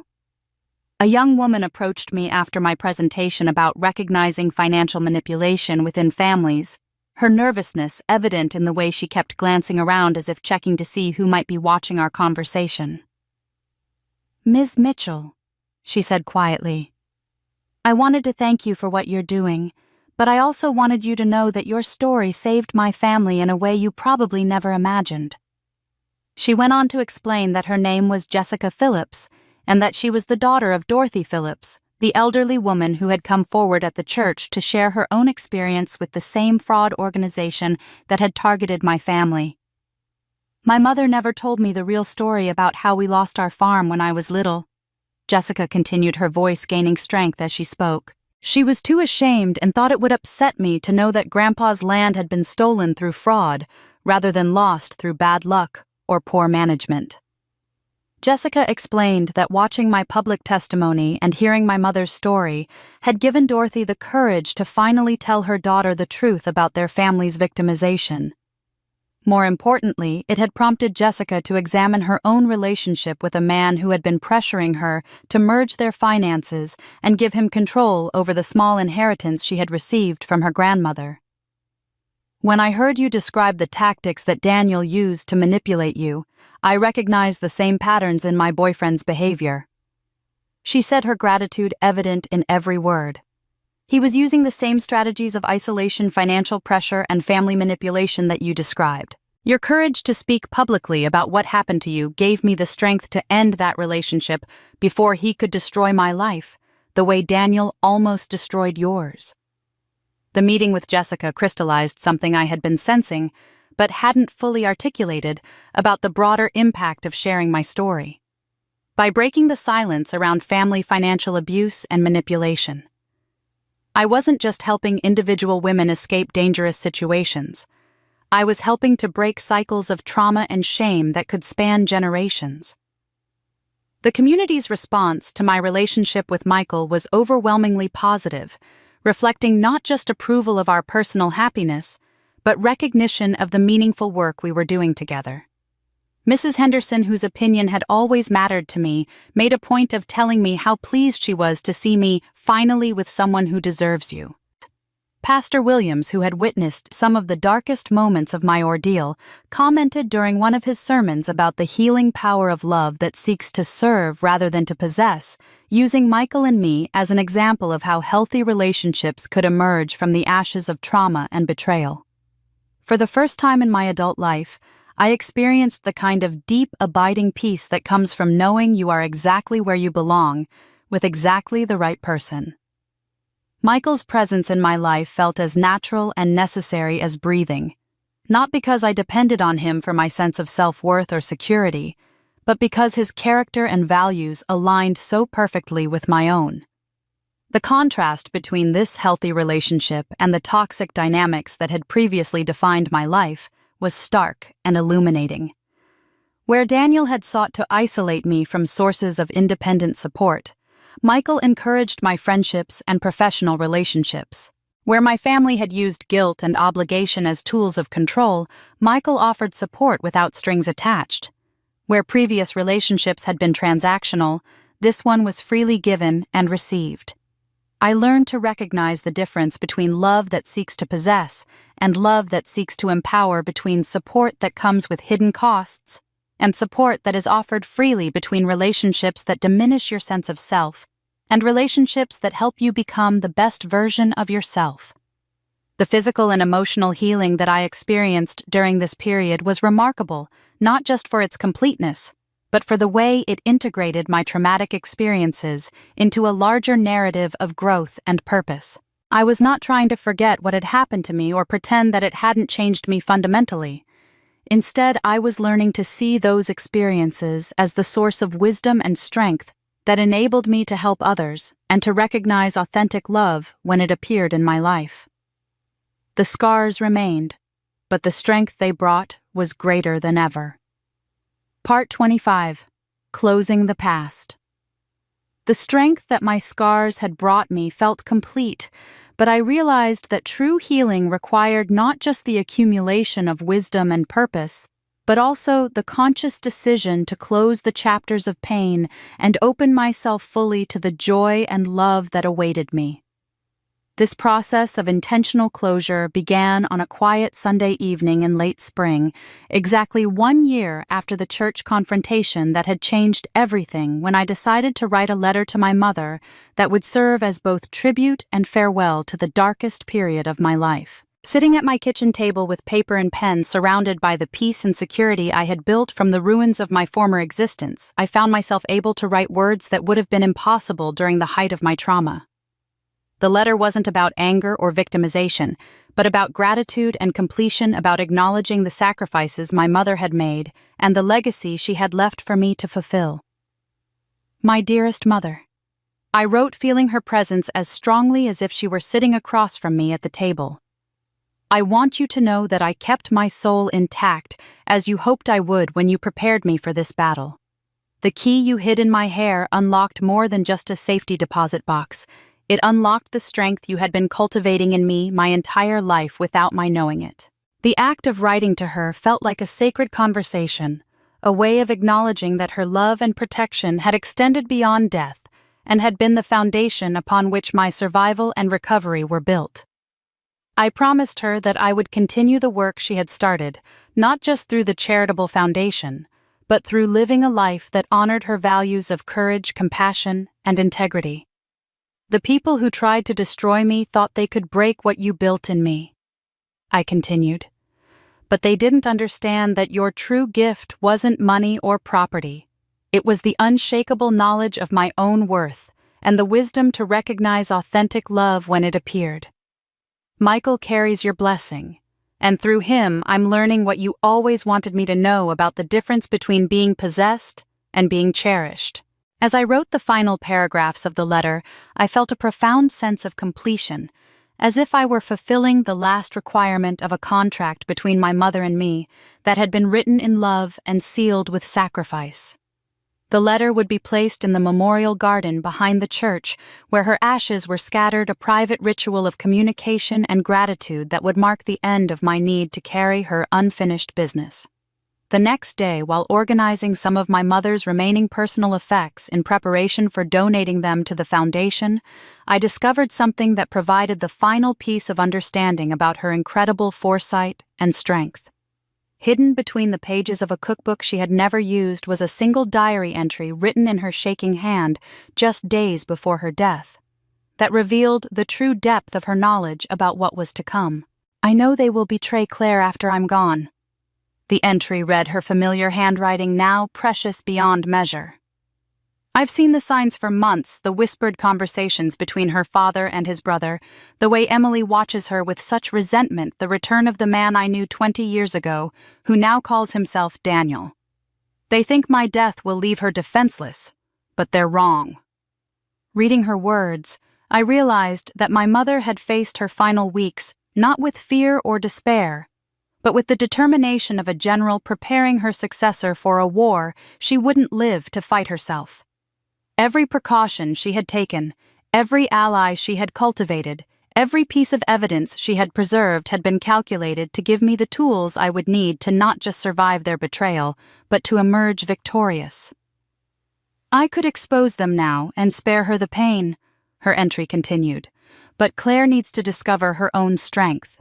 If I fight this battle for her, she'll never learn that she's capable of protecting herself and others. The darkness that's coming will forge her into the woman I always knew she could become, someone worthy of the love I've arranged for her and capable of the work I'm leaving behind. The revelation that my mother had chosen to let me face the conspiracy rather than prevent it was initially shocking. But as I reflected on her reasoning, I understood the profound wisdom in her decision. By allowing me to experience and overcome the worst that could be done to me, she had given me something more valuable than protection. She had given me unshakable confidence in my own resilience and judgment. Her final words in the entry brought tears to my eyes. My brave girl will not just survive, she will transform her pain into purpose, her betrayal into wisdom, her isolation into leadership. She will become everything I hoped she could be, and she will do it with the strength that only comes from choosing to rise rather than being lifted. Armed with this understanding of my mother's sacrifice and foresight, I felt ready to complete the process of emotional release that would allow me to move forward without the weight of unresolved anger or grief. I arranged separate meetings with the 3 people who had been most instrumental in my survival and recovery: Michael, David, and Ruth. To Michael, I expressed gratitude not just for his unwavering support and love, but for his willingness to honor my mother's trust and wait for me to become ready for the relationship she had envisioned for us. "You loved her by loving me," I told him, "and in doing so you helped me understand that real love doesn't seek to rescue or control, but to support and celebrate." David received my thanks for his legal expertise and family loyalty, but more importantly for believing in my story when others might have questioned my stability or motives. "You gave me the tools to fight back," I said, "but more than that, you treated me as a partner in my own defense rather than a victim to be saved." Ruth, whose initial revelation about the key in my hair had started my journey toward truth, received perhaps my deepest gratitude. "You kept my mother's secrets faithfully," I told her, "but more importantly, you recognized when it was time to reveal them. Your wisdom helped me understand that some fights must be fought alone, but that doesn't mean we have to face them without allies." In thanking each of them, I also formally released the anger and hatred I had carried toward my betrayers. This wasn't forgiveness in the sense of excusing their actions or welcoming them back into my life, but rather a conscious decision to stop allowing their toxicity to influence my thoughts and emotions. I chose this release not for their sake. They would face the consequences of their choices, regardless of my feelings about them, but for my own freedom and future happiness. I closed one book to open a brilliant new chapter. Part 26. The Bride Reborn. The brilliant new chapter I had opened began with opportunities I could never have imagined during the darkest days of my ordeal, as my story resonated far beyond the small community where it had begun and transformed me from a local pharmacist into a national advocate for victims of financial fraud and family manipulation. The invitation that would change everything came from Rebecca Chen, a producer for America in Focus, one of the country's most respected investigative news programs, who had been following my case since the initial viral videos from the church confrontation. "Claire," she said during our initial phone conversation, "your story represents something much larger than individual crime. It's about power dynamics, family loyalty, and the ways that women are taught to sacrifice themselves for others' benefit. We'd like you to share your experience on national television, not as sensational entertainment, but as education that could protect other families from similar exploitation." The taping took place in New York City on a crisp October morning in a studio that felt both intimidating and energizing as I prepared to share my most painful experiences with millions of viewers. The interviewer, Sarah Martinez, was known for her respectful but thorough approach to sensitive subjects, and she guided our conversation in ways that highlighted the broader social issues rather than dwelling on the sensational details. What would you say to women who might be watching this and recognizing similar patterns in their own families? Sarah asked, her voice carrying the gravity that the subject deserved. I would tell them that their instincts are probably right and that protecting themselves isn't selfish, it's necessary, I replied, feeling the weight of speaking to women who might be experiencing the same gaslighting and manipulation I had endured. Family loyalty shouldn't require you to surrender your autonomy, your assets, or your right to make your own decisions about your life. The response to the broadcast was overwhelming, with the network receiving thousands of calls and emails from women who shared similar stories of family financial abuse, forced marriages, and systematic manipulation by relatives who viewed them as commodities rather than people. The program's impact extended beyond individual revelations, sparking congressional hearings about strengthening legal protections for victims of family fraud and inspiring documentary filmmakers to explore the broader phenomenon of organized financial exploitation. Within weeks of the broadcast, I was contacted by Marcus Rivera, an investigative journalist from The Washington Post who had spent 3 years tracking the criminal organization that had targeted my family. His research had revealed that Daniel's network was still operating, having simply moved their base of operations to different regions and adjusted their tactics based on lessons learned from their spectacular failure in Millbrook. They're currently running operations in Oregon and North Carolina. Marcus told me during our meeting at a hotel in Albany, his laptop displaying surveillance photos and financial records that documented the same patterns I had experienced. The victims are wealthy widows and their adult daughters, and the methods are identical: long-term infiltration, family manipulation, asset theft, and systematic elimination of anyone who might expose them. The revelation that other families were currently facing the same nightmare that had nearly destroyed mine made the decision easy. Despite having found peace and happiness in my new life with Michael and our foundation work, I realized that my personal recovery would never be complete while the organization that had targeted my family continued to harm others. I want to help you expose them, I told Marcus, feeling the familiar fire of purpose that had driven me through my own battle for justice. Not for revenge, but to ensure that what happened to my family is the last time they're able to destroy innocent people. Our collaboration would eventually result in a series of articles that exposed the full scope of the criminal network, leading to federal arrests in 6 states and the recovery of over $40 million in stolen assets. The investigation revealed that my family's case had been their first major failure, and that the publicity surrounding my public exposure of their tactics had forced them to become more sophisticated, but also more vulnerable to law enforcement infiltration. The complete destruction of my tormentors became evident as the legal consequences of their actions played out over the following months. Daniel, whose real name investigators finally determined was Marcus Webb, was sentenced to 45 years in federal prison without possibility of parole, his assets forfeited to provide restitution to his many victims. The network he had worked for was dismantled completely, its leaders facing similar sentences that would ensure they never again had the opportunity to harm innocent families.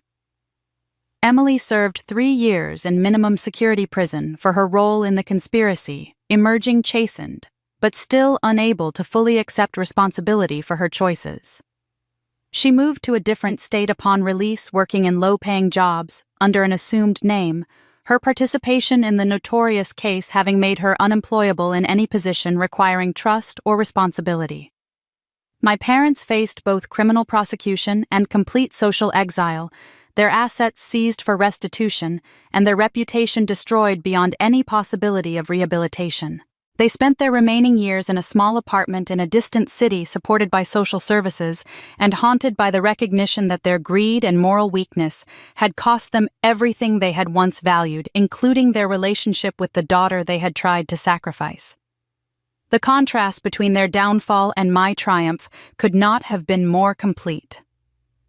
While they faced isolation, poverty, and shame, I built a life surrounded by authentic relationships, meaningful work, and the respect of a community that had watched me transform pain into purpose.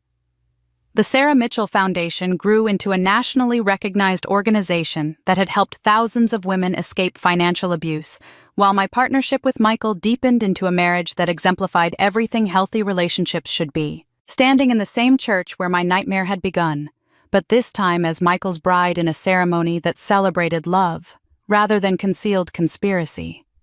I reflected on the journey that had brought me to this moment of complete victory. The congregation that had once witnessed my humiliation now celebrated my triumph, and the community that had seen me at my most vulnerable now honored me as an example of courage and resilience. They tried to cut my hair, my honor, my life, but I cut away their future instead. I didn't just survive, I lived and lived more brilliantly than ever before. And that's how Claire's incredible journey came to an end. From a trusting pharmacist who nearly lost everything to a national advocate who saved countless others. Her story proves that even in our darkest moments we have the power to rewrite our destiny. Claire's transformation reminds us that sometimes the people closest to us can be the ones who hurt us most, but it also shows us that with courage, the right allies, and unwavering determination, we can overcome even the most devastating betrayals. Her mother's wisdom, Michael's loyalty, and her own inner strength combined to create a victory that was both personal and universal. What struck me most about Claire's story is how she refused to let her trauma define her. Instead, she transformed her pain into purpose, her betrayal into wisdom, and her isolation into leadership. She didn't just survive her family's conspiracy, she used it as fuel to protect other women from similar fates. The Sarah Mitchell Foundation continues to help women escape financial abuse today, and Claire's story has inspired legislation in multiple states to better protect victims of family fraud. Her courage to speak truth to power, even when that power came from her own blood, relatives created ripples of change that extended far beyond her small town. If Claire's story resonated with you, I'd love to hear your thoughts in the comments below. Have you ever experienced manipulation from family members? Do you know someone who might benefit from hearing Claire's message of empowerment and hope? Sometimes sharing these stories can be the first step in helping someone recognize they're not alone in their struggles. Don't forget to subscribe to our channel for more incredible true stories of courage, survival, and triumph over adversity. Hit that notification bell so you never miss our latest uploads, because everyone deserves to hear stories that remind them of their own inner strength. Your engagement helps these important stories reach people who need to hear them most. Whether it's a share or a thoughtful comment about how this story affected you, every interaction helps us build a community where truth and courage are celebrated. What lesson from Claire's journey will you carry with you? Let us know in the comments, and remember that sometimes the most powerful thing you can do is refuse to let others write your story for you.